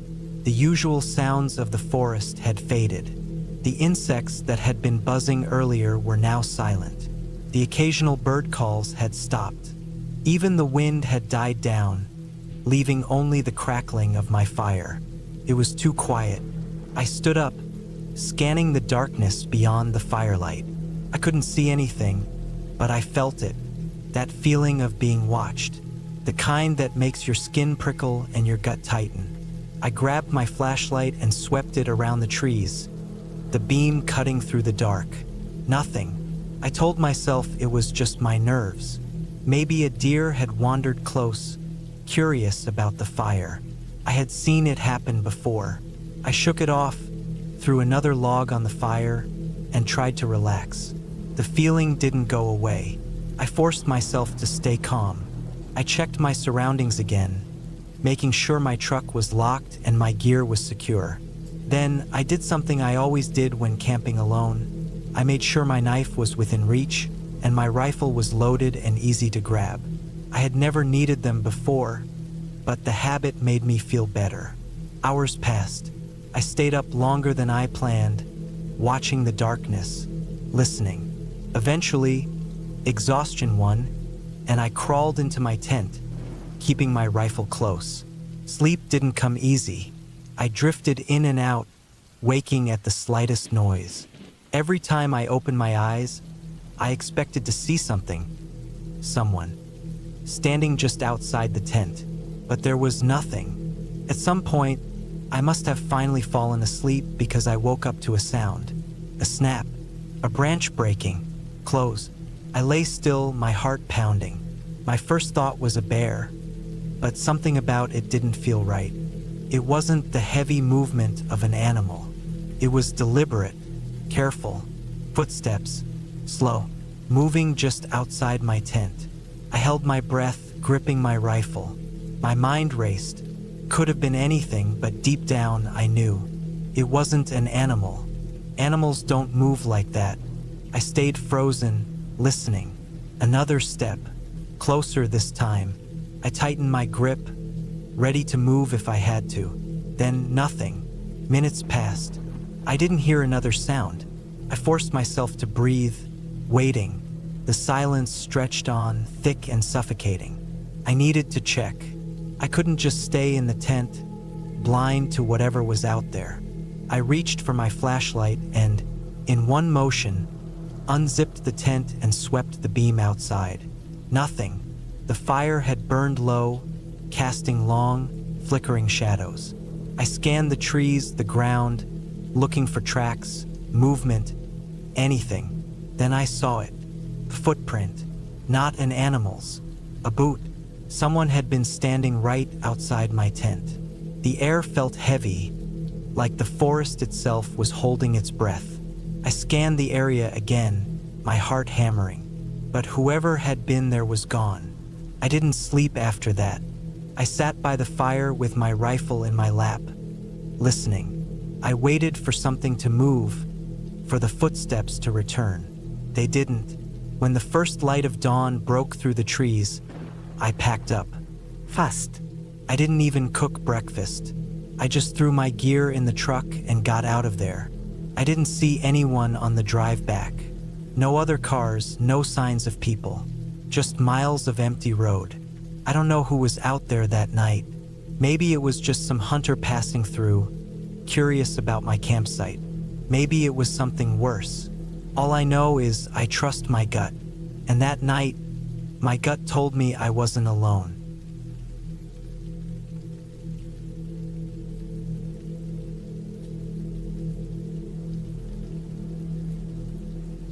I used to camp alone often. It wasn't about adventure or trying to push my limits. I just liked the quiet. Something about being out in the middle of nowhere, hearing nothing but the wind and the trees, made me feel at peace. That's what I was after when I decided to take a short trip to a quiet part of southern France. It wasn't a touristy spot, just an isolated forested area I had found on an old map. I had planned to stay for 3 nights, just me, my tent, and the woods. The first day was uneventful. I set up camp in a clearing just a little off a dirt road, far enough in that I wouldn't be bothered. The place was beautiful. Tall trees surrounded me on all sides, and the air smelled fresh, like damp earth and pine. I spent the day gathering firewood, boiling water, making sure everything was set. As night came, I sat by the fire, eating from a can and listening to the quiet hum of the forest. It was the second night that things changed. I had spent most of the day hiking. I found an old trail that led deeper into the woods, and I followed it for a few miles before heading back to camp. By the time I returned, the sun was starting to dip below the trees. My legs were sore, and I was looking forward to resting by the fire again. But something was off. My tent was slightly open. I was sure I had zipped it up before I left. I stood there for a moment, just staring at it. Maybe the wind had pulled it open, or maybe I hadn't secured it properly. Still, it made my skin crawl. I took slow steps toward the tent and looked inside. Nothing was missing, nothing had been touched. My bag was still there, my sleeping bag still rolled up the way I left it. I checked around the area, but there were no tracks, no signs of anyone. I tried to shake it off. Maybe I was just being paranoid. That night, I didn't sleep well. Every little sound made my ears perk up. The wind rustling the leaves, the crack of a branch in the distance, even my own breathing. At some point, exhaustion took over, and I drifted off. The third day started normal enough. I decided to stay close to camp, gather more wood, and take it easy. The uneasy feeling from the night before hadn't completely left, but I kept telling myself it was nothing. As the sun started setting, I went to relieve myself a little further into the woods. That's when I saw him. About 50 feet away, standing between the trees, was a man. He wasn't moving, just standing there, half hidden in the shadows. My stomach dropped. I felt frozen. His clothes were dark, old-looking, almost like they were rotting off him. His face was pale, thin, but his eyes were locked onto me. I forced myself to move. Slowly, without making any sudden movements, I backed away. The moment I took a step, he tilted his head slightly, watching me. I turned and walked quickly back to my camp, my heart pounding so hard I could barely think. Once I reached my tent, I grabbed my knife. My hands were shaking. I stood there for what felt like forever, staring at the tree lean, waiting for something to happen. Nothing. I didn't eat that night. I barely even moved. I sat by the fire, gripping my knife, my body stiff with fear. I kept telling myself he was probably just some drifter, some local passing through. But why had he been staring? Why hadn't he said anything? The fire burned low, and I forced myself to get into the tent. I kept my knife next to me, but I didn't sleep. Sometime in the middle of the night, I heard it. Soft, slow footsteps just outside my tent. They weren't coming from the dirt road or from the other side of the clearing.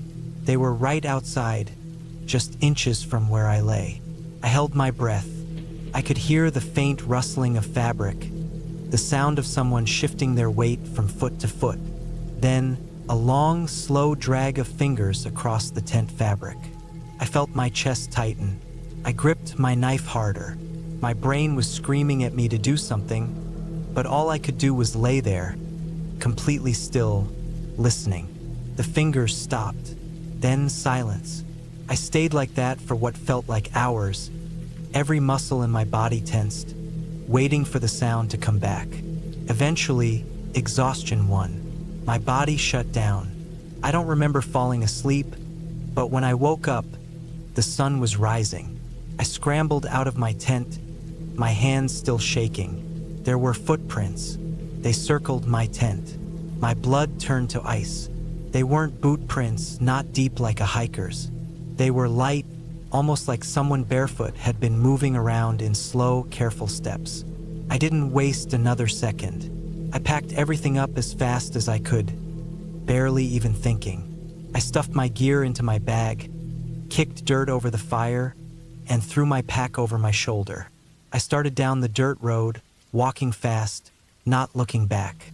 I didn't see him again, but the whole way back, I felt like I was being watched. I kept glancing over my shoulder, my heart racing, expecting to see him standing in the trees again.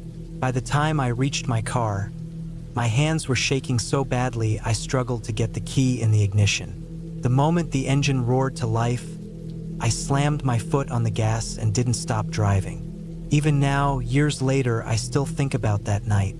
I tell myself it was just some vagrant, some lost traveler, maybe even a hunter. But I know that's not true. He wasn't lost. He wasn't passing through. He had been waiting.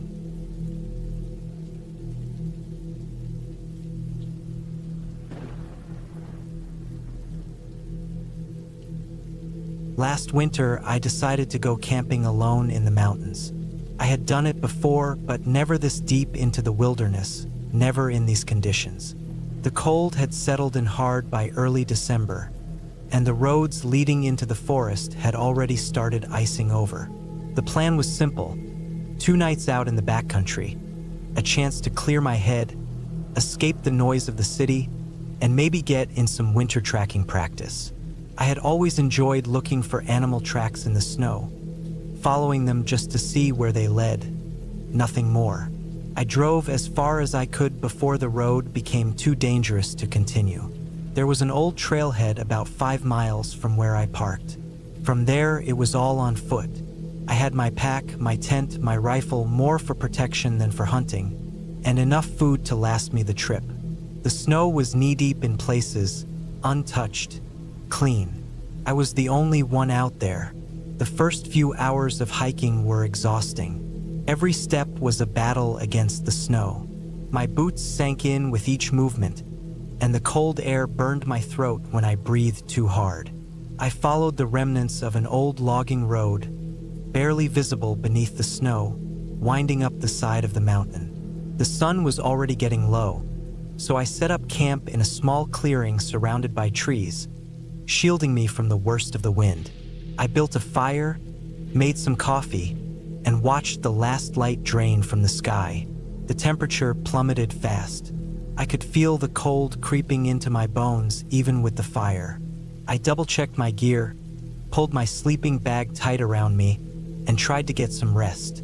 Sometime in the middle of the night, I woke up. Something felt off. The fire had died down to glowing embers, and the wind had picked up, howling through the trees. I lay there, listening, trying to figure out what had pulled me from my sleep. It wasn't the wind. It was something else. Footsteps. At first, I thought I had imagined it. The wind played tricks on sound, especially in the cold. But then I heard it again. Slow, deliberate crunching in the snow. It wasn't an animal. Animals move in bursts, unpredictable, quick. This was steady, careful, like someone walking.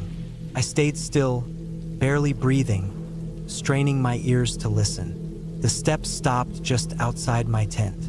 Nothing happened. No movement, no sound. Just the feeling that someone was standing there. I reached for my rifle, careful not to make noise. My heart pounded. I waited, staring at the thin fabric of the tent, expecting a shadow to appear, a shape, anything. But after what felt like forever, the footsteps started again, moving away this time. Slow, steady, fading into the distance. I didn't sleep after that. I sat there, holding my rifle, listening to the wind. I told myself it was just my imagination. Maybe the wind had knocked some snow loose from the trees. Maybe an animal had passed by. But deep down, I didn't believe that. At first light, I packed up and moved further up the mountain. The fresh snow showed no tracks, nothing to prove what I had heard. But I knew. By the second night, I had reached the spot I had planned to camp. A ridge overlooking the valley below, far from any roads or trails. I gathered firewood before the sun set and made sure to build a larger fire this time. I wanted light, warmth, something to push back against the feeling from the night before. As I was collecting wood, I found tracks. They weren't mine. They were fresh, cutting through the snow near my camp. They led from the tree line, stopped a few yards from where my fire was, then turned back into the woods. Someone had been here. I scanned the trees, looking for movement, but saw nothing. I followed the tracks just enough to confirm what I already knew. They weren't from any animal. They were footprints. A man's. Alone. I didn't eat that night. I didn't sleep. I just sat by the fire, rifle across my lap, staring into the dark. The wind picked up again, but this time I didn't let it trick me. I knew what I had heard. Then, just past midnight, the firelight caught something in the trees. A shape, a man, standing at the edge of the woods, just watching. I raised my rifle, but he didn't move. He didn't run. He just stood there, half hidden by the trees, his face lost in shadow. I couldn't see his clothes, couldn't make out any details, but I knew he was staring at me. I didn't fire. I should have. Instead, I stood up, keeping my rifle aimed, and stepped toward the fire, making sure he saw that I was armed. The moment I moved, he turned and disappeared into the trees. Not running, just walking. I didn't wait for morning. I packed up and left, moving fast despite the snow. I didn't stop, didn't rest. I pushed through the night, letting the cold bite into me, letting my fear drive me forward. I didn't look back. By the time I reached my truck, the sun was rising. The snow was undisturbed around it. No signs that anyone had followed me. But I knew better. I drove without stopping, without looking in the mirror, not until I was back on the main road, back where the world felt normal again. I don't go winter camping anymore.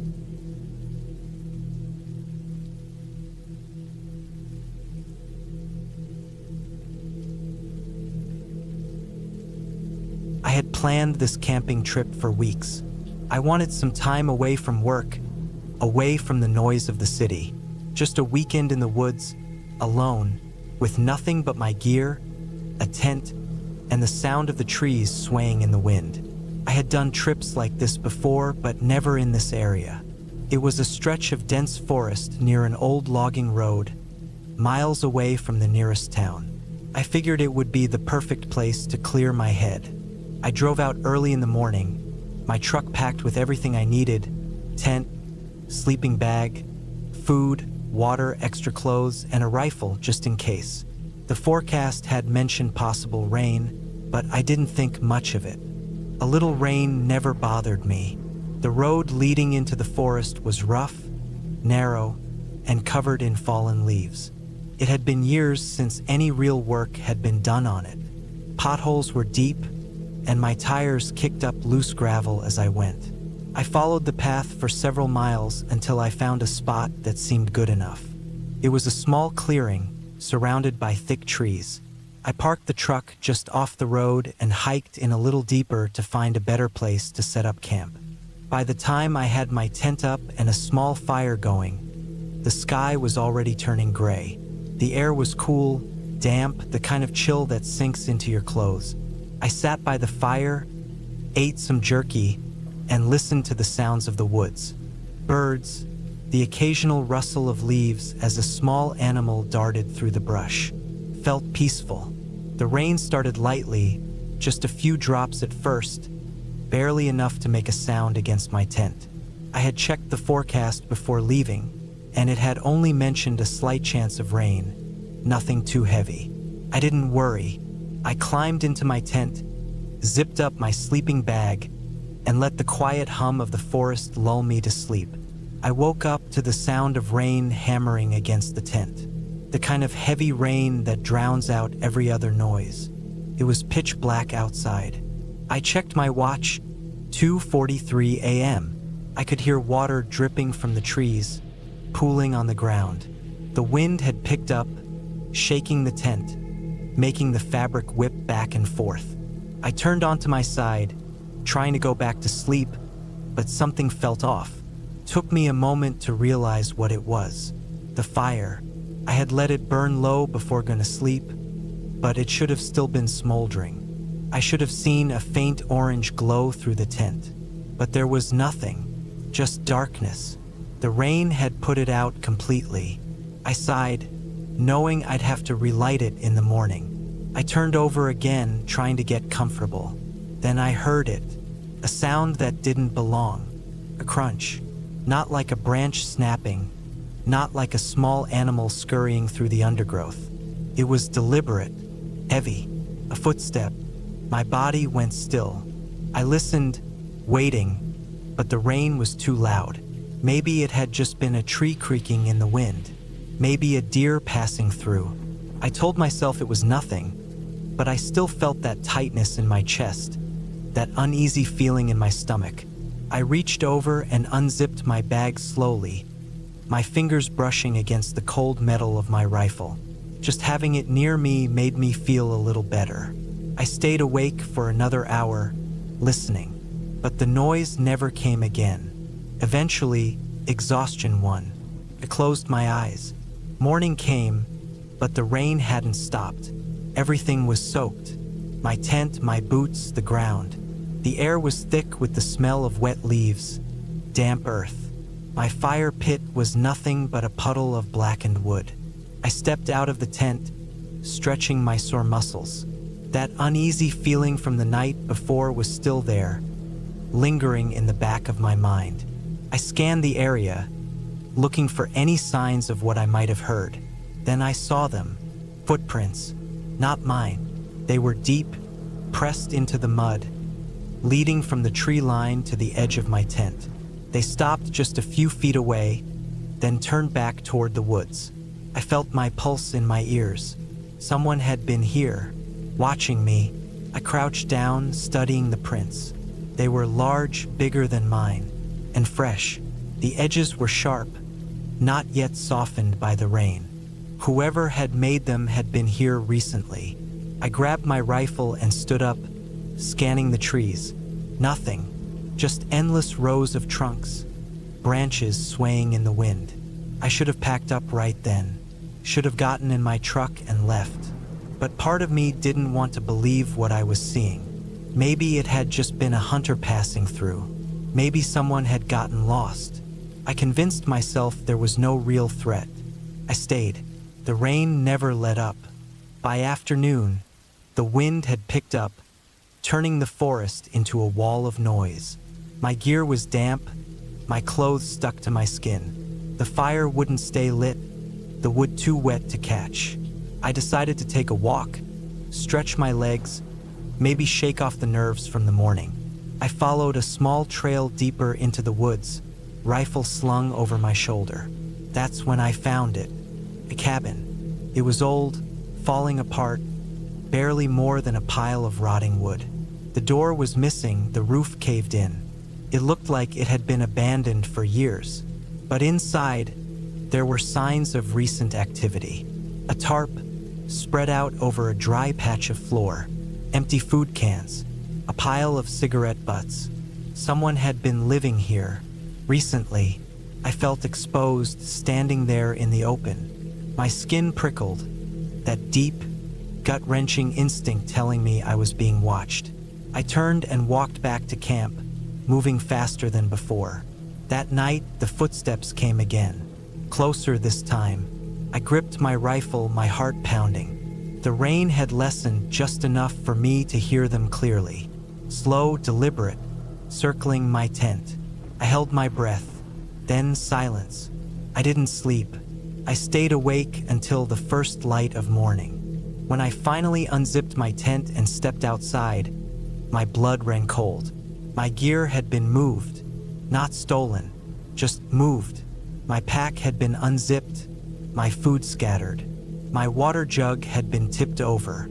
My rifle, which I had placed beside me before bed, was now on the other side of the tent. Someone had been inside my camp. I didn't waste another second. I packed up as fast as I could, shoving my gear into my bag, my hands shaking. The rain had stopped, but the sky was still dark, the air thick and heavy.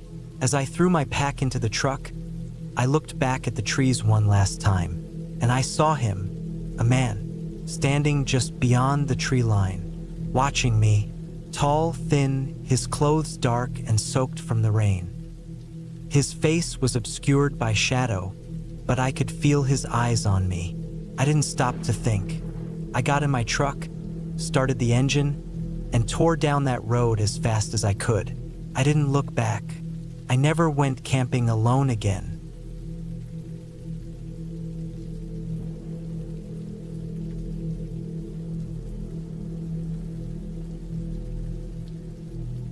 I had been looking forward to this trip for weeks. Just me, my backpack, and miles of untouched forest. I wanted the solitude. I needed it. Life had been too loud lately, too chaotic. Work had me drowning in stress, and I felt like I hadn't had a moment to think straight in months. So, I packed up my gear and drove out to a place far from anything, a stretch of dense forest near a river, where the only sounds would be the wind through the trees and the rushing water. I arrived in the late afternoon, just as the sun was beginning to dip behind the hills. The dirt road leading in had been rough, almost forgotten, with overgrown branches scraping the sides of my truck. It was exactly what I had been looking for, somewhere few people would bother coming. I parked near a small clearing and hiked deeper into the woods, following a narrow game trail that seemed rarely used. My pack was heavy on my shoulders, but I welcomed the strain. Felt good to be moving, to be away from everything. I walked for a couple of miles before finding the perfect spot. It was a small clearing near the river, with enough flat ground for my tent and a fire pit that looked like it had been used before, though not recently. The place had an untouched feel, like it had been waiting for someone to return. The trees were thick, towering above me, their bare branches tangled against the sky. I could hear the river nearby, a steady, comforting sound. I set up my tent quickly, working efficiently as the light faded.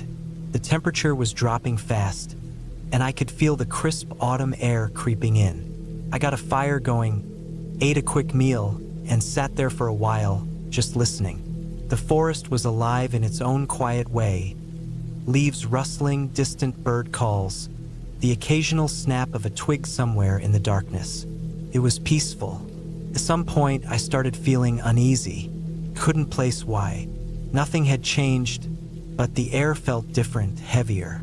The sounds of the forest had faded a little, like something had shifted. I told myself it was just my imagination, that I wasn't used to being so isolated. But the feeling stuck with me, gnawing at the back of my mind. I put out the fire and climbed into my tent, zipping it up tight. The ground was hard beneath my sleeping bag, but I was tired enough that I didn't care. The last thing I saw before closing my eyes was the thin fabric of my tent glowing faintly from the dying embers of the fire. I must have dozed off, but something woke me up. A sound, sharp and out of place. My heart pounded as I lay there, listening. There it was again, a rustling noise, close, too close. It wasn't the wind. It wasn't an animal moving through the brush. It sounded deliberate, like someone stepping carefully, trying not to be heard. I stayed still, barely breathing. The noise stopped, and the silence stretched on, thick and suffocating. Then, just when I started to think I had imagined it, something touched the side of my tent. A light, dragging touch, tracing along the fabric. My blood ran cold. I didn't move. I didn't make a sound. My mind was racing, trying to make sense of it. An animal? No, animals don't move like that. The touch disappeared, but now I could hear breathing. Faint, slow, just beyond the thin barrier of my tent. I felt completely exposed, like whoever or whatever was out there could see me while I couldn't see a thing. I reached for the knife I always kept in my pack, gripping it tightly. My other hand hovered over the zipper of the tent, debating whether to rip it open and face whatever was out there or stay hidden and hope it went away. Then, just as suddenly as it had started, the breathing stopped. The forest was dead silent again. I don't know how long I stayed like that, frozen in place. Felt like hours. Eventually, exhaustion won out, and I must have drifted into a restless sleep. Morning came, and the first thing I did was check outside. There were footprints in the dirt. Not animal tracks, boots. Someone had been standing outside my tent, watching. I packed up my gear in record time. The peacefulness I had felt the night before was gone, replaced by a deep, crawling unease. I needed to get out of there. As I hiked back toward my truck, I kept glancing over my shoulder. The feeling of being watched never left me. I moved fast, pushing through the undergrowth, desperate to put distance between myself and that campsite. When I finally reached my truck, I let out a breath I hadn't realized I was holding. I threw my pack in the back, climbed into the driver's seat, and locked the doors. The engine roared to life, and I turned around, ready to leave that place behind. But just before I pulled onto the dirt road, I saw something in my rearview mirror. A figure, standing at the edge of the trees, half hidden in the shadows. Watching, I didn't stick around to get a better look. I floored it, speeding down the narrow road, not stopping until I was miles away. I never went back, and I never camp alone anymore.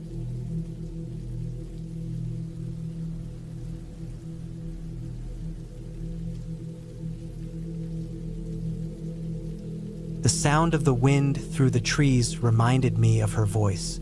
Not her real voice, not the one I used to hear in the mornings when she was still half asleep, but the one I imagined, the one that screamed for me the night she died. It had been over a year since I tracked him down. Over a year since I did what no court would have done for me. He wasn't a stranger, not some faceless monster who had slipped away in the night. No, he had been someone I knew. Someone she had trusted. That had made it worse. That had made it personal. And when I found him, when I put him into the ground with my own hands, I thought it would bring me peace. But it hadn't. That's why I was out here, in the middle of nowhere, deep in a stretch of forest far from any town or road. I needed space. I needed silence. I needed to feel something other than the weight of what I had done pressing on me every time I closed my eyes.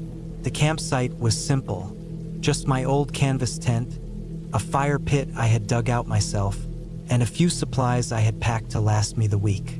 I hadn't told anyone where I was going, hadn't even turned on my phone since I left the last gas station over 100 miles back. Out here, I could be alone with my thoughts. But as the sun dipped lower and the shadows stretched long across the ground, a feeling settled in my gut. It wasn't fear. Fear was something I had learned to ignore. It was something deeper than that, something instinctual. The kind of feeling that makes animals go silent in the presence of a predator. I told myself it was nothing, just my nerves getting the better of me, the weight of isolation playing tricks on my senses. Still, I kept the fire going a little longer than I usually would, watching the way the light flickered against the trees. I was too experienced to scare easy. I had spent enough nights in the wilderness to know the sounds of the forest, the movements of animals, the way wind could shift through branches and make you think you weren't alone. But this was different. There was something else out here with me. I didn't see it at first. I just felt it, that shift in the air, that prickle on the back of my neck. It wasn't until I got up to relieve myself, stepping just outside the ring of firelight, that I noticed it. A figure, a shadow where there shouldn't have been one. It was far off, standing at the edge of the trees, just beyond the reach of the fire. At first, I thought it was just the way the light played tricks on my eyes, but then it moved. Slow, deliberate. It wasn't an animal. It wasn't some lost hiker. It was watching me.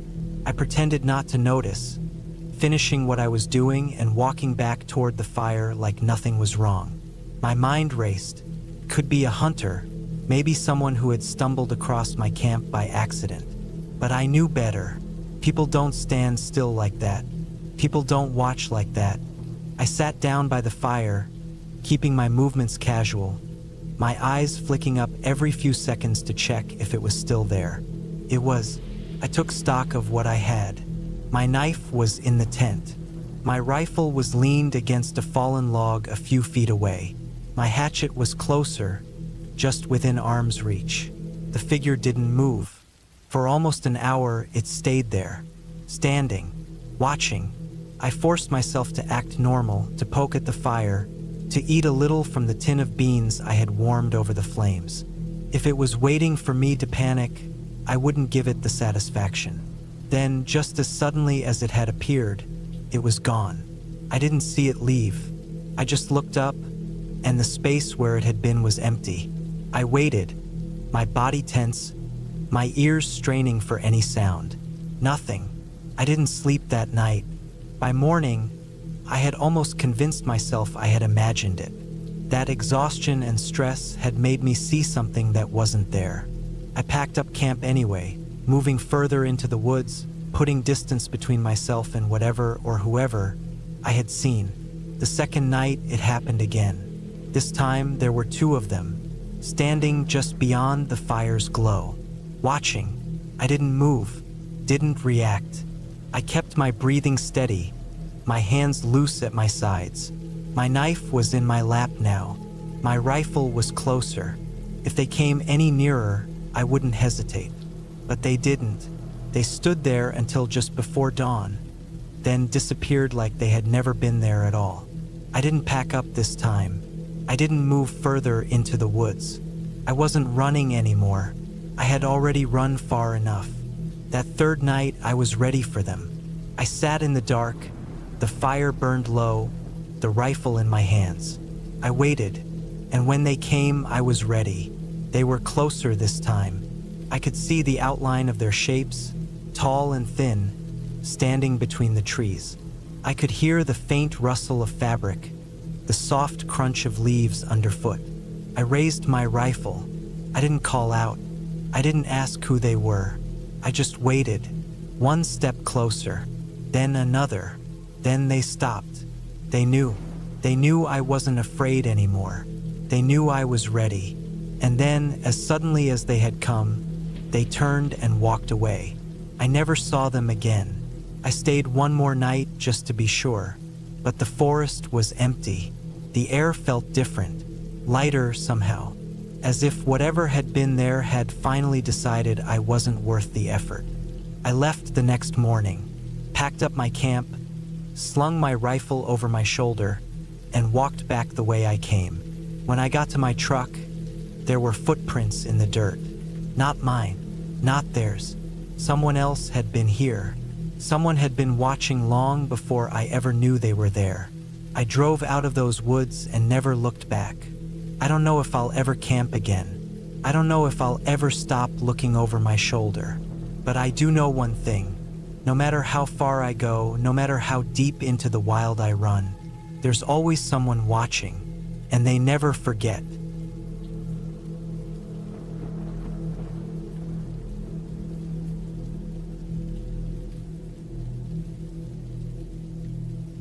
I always liked camping alone. People never understood why, but I found peace in being out there in the wilderness, away from everything. No cars, no voices, no distractions. Just me, the trees, and the sound of the wind moving through the leaves. It was late autumn when I decided to go on this trip. The weather had cooled down, and the crowds had disappeared from the usual campgrounds. I picked a spot in the woods, far from any trails, somewhere deep where no one else would bother me. I wanted silence. I wanted space. I parked my truck near an old dirt road and hiked a few miles in. My pack was heavy, loaded with supplies, but I didn't mind. I was used to it. The hike itself was nice. The trees had mostly shed their leaves, and the ground was covered in a thick layer of brown and red. Every step crunched under my boots. I found a good clearing by a small stream and set up camp. My tent was simple, a small one-person setup with just enough room to sleep and store my gear. After getting everything settled, I built a fire and made some food. The day passed quietly. Nothing felt wrong. But as night came, something changed. The first thing I noticed was the silence. Normally, you hear things at night. Bugs chirping, wind rustling the branches, maybe an owl in the distance. But this time it was dead quiet, the kind of quiet that makes you uneasy, like the whole forest is holding its breath. I tried to ignore it. I ate my food, stoked the fire, and sat there staring into the flames. My body was relaxed, but my mind wasn't. I kept looking up, glancing into the trees, feeling like something was watching me. I told myself I was being paranoid, but then I heard the footsteps. They were slow, deliberate, not the sound of an animal moving through the underbrush, but something heavy, something trying to be quiet but failing. I turned my head sharply, scanning the tree line. Nothing, just darkness beyond the glow of the fire. I grabbed my flashlight and shined it into the trees. Still nothing, just empty woods. But I knew I heard something. I tried to shake it off. Maybe a deer, maybe a stray dog, maybe my mind playing tricks on me. But then it happened again. This time, the sound was closer. I stood up, flashlight in one hand, my knife in the other.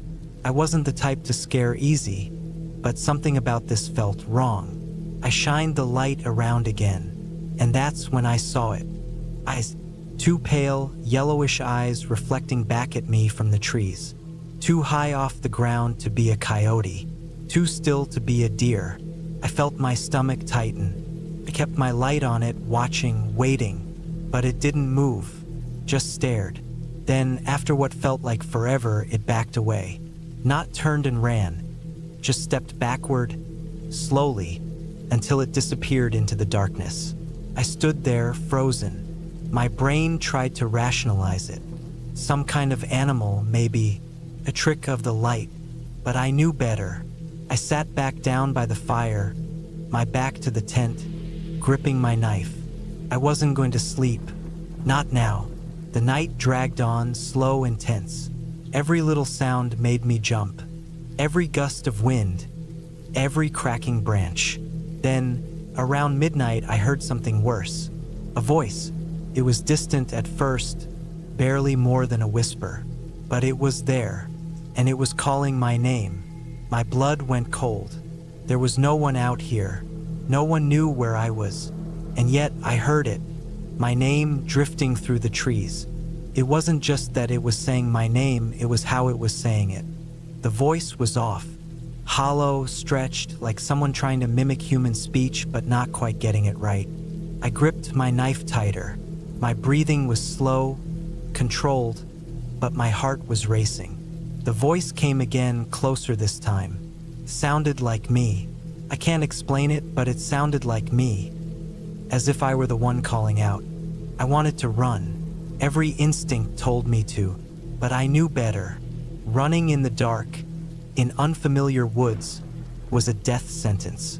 I had to stay put, so I waited, and then the voice changed. It became someone else. A woman, soft, almost pleading, but still wrong, kept calling my name over and over from different directions. I didn't move. I just sat by the fire, gripping my knife, waiting for the sun. At some point, the voice stopped. The forest remained eerily silent, but I felt it was still out there, watching, waiting. I didn't sleep. When the first light of dawn crept through the trees, I wasted no time.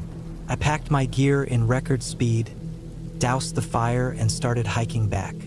As I moved, I felt it following me. No footsteps. No voices. Just the overwhelming sense that something was there. I didn't stop. I didn't look back. When I finally reached my truck, I threw my gear in, jumped in the driver's seat, and sped the hell out of there. Only when I hit the main road did I finally breathe.